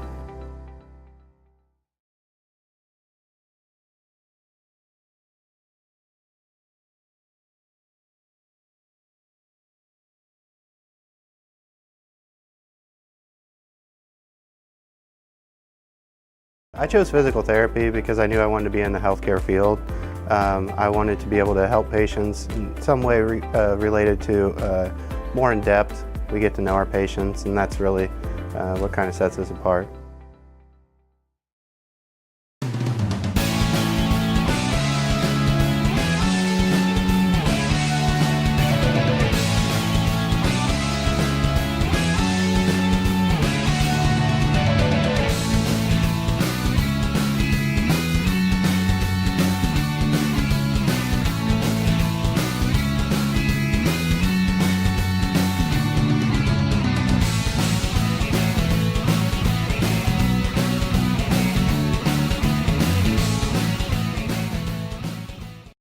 I would have to say that is the most rewarding part of what I do, making a difference in people's lives, taking care of the women from puberty on through postmenopausal stages and seeing them go through the phases and stages of life. Well, I've always had an interest in the medical field, and then growing up, I actually went through physical therapy myself for an injury, and that got me back to playing my sports and the activities that I loved. So seeing that firsthand, I got to see how much physical therapy could really benefit others. MDH Sport Medicine Rehab is just not for the athlete. We see a variety of ages, getting them from having pain to no pain to get back to their normal activities and their prior level of function. Welcome back into TSSR Game Time Live, presented by MDH with Hancock Titan Sports, presented by LJ Insurance. I don't have head coach Coy Dorothy with me yet. I do have one of the seniors here with me, Jacob Martins. He's here up with me getting an interview. So first off, I gotta ask, how's the shoulder doing? About halftime, it was starting to kill me, but last game, had to leave it all out there. So, yeah. Senior night, you got to get out there, get some plays. So senior night, I just want to kind of recollect, look back. What are some of your favorite memories of football? Well, from tonight, I was standing on the sideline, and there was a timeout, and Wesley Hester turned around to grab the water jugs and took off running and fell flat on his face. But my favorite thing about this whole deal from freshman to senior year has got to be the Friday night light feeling. Nothing like it? There really is nothing like it. What do you think?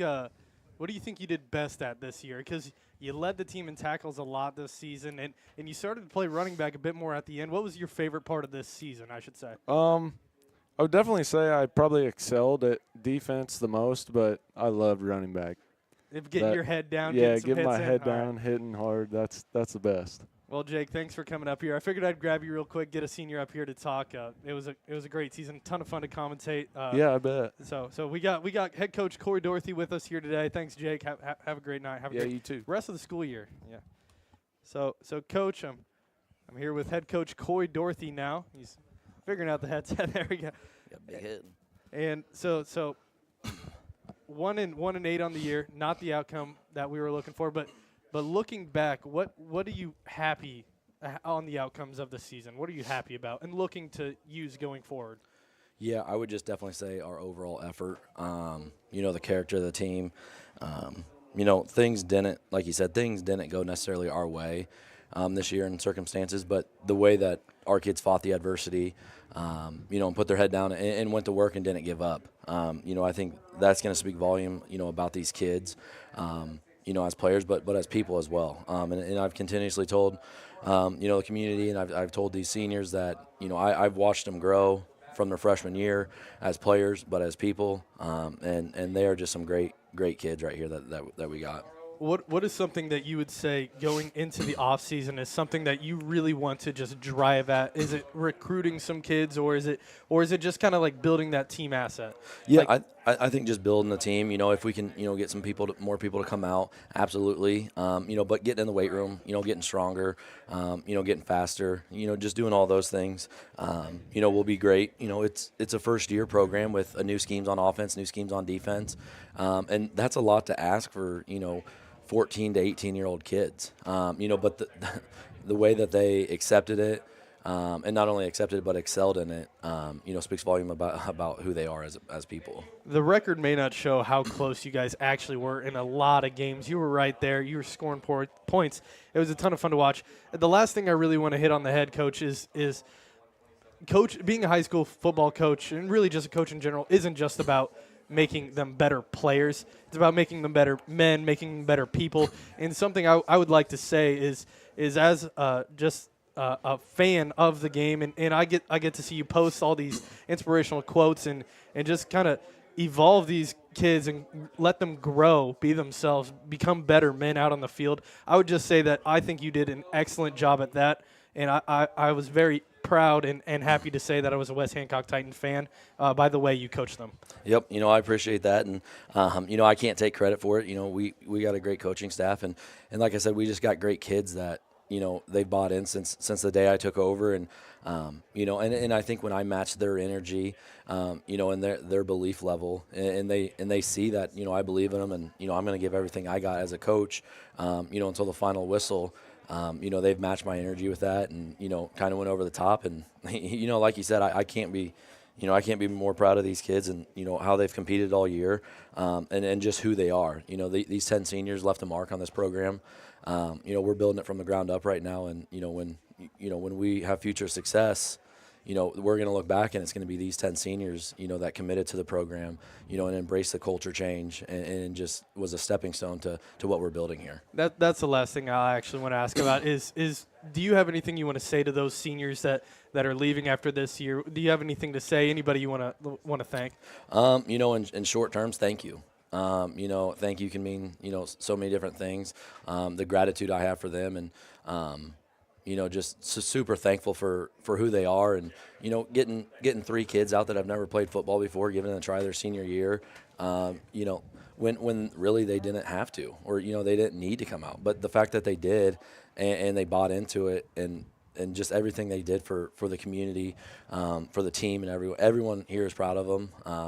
So I can't say I'm proud of them enough. It's hard to express those feelings in words. It was a ton of fun getting to commentate you this season, Coach. Thank you for letting me do this. Yep. Can't wait for next year.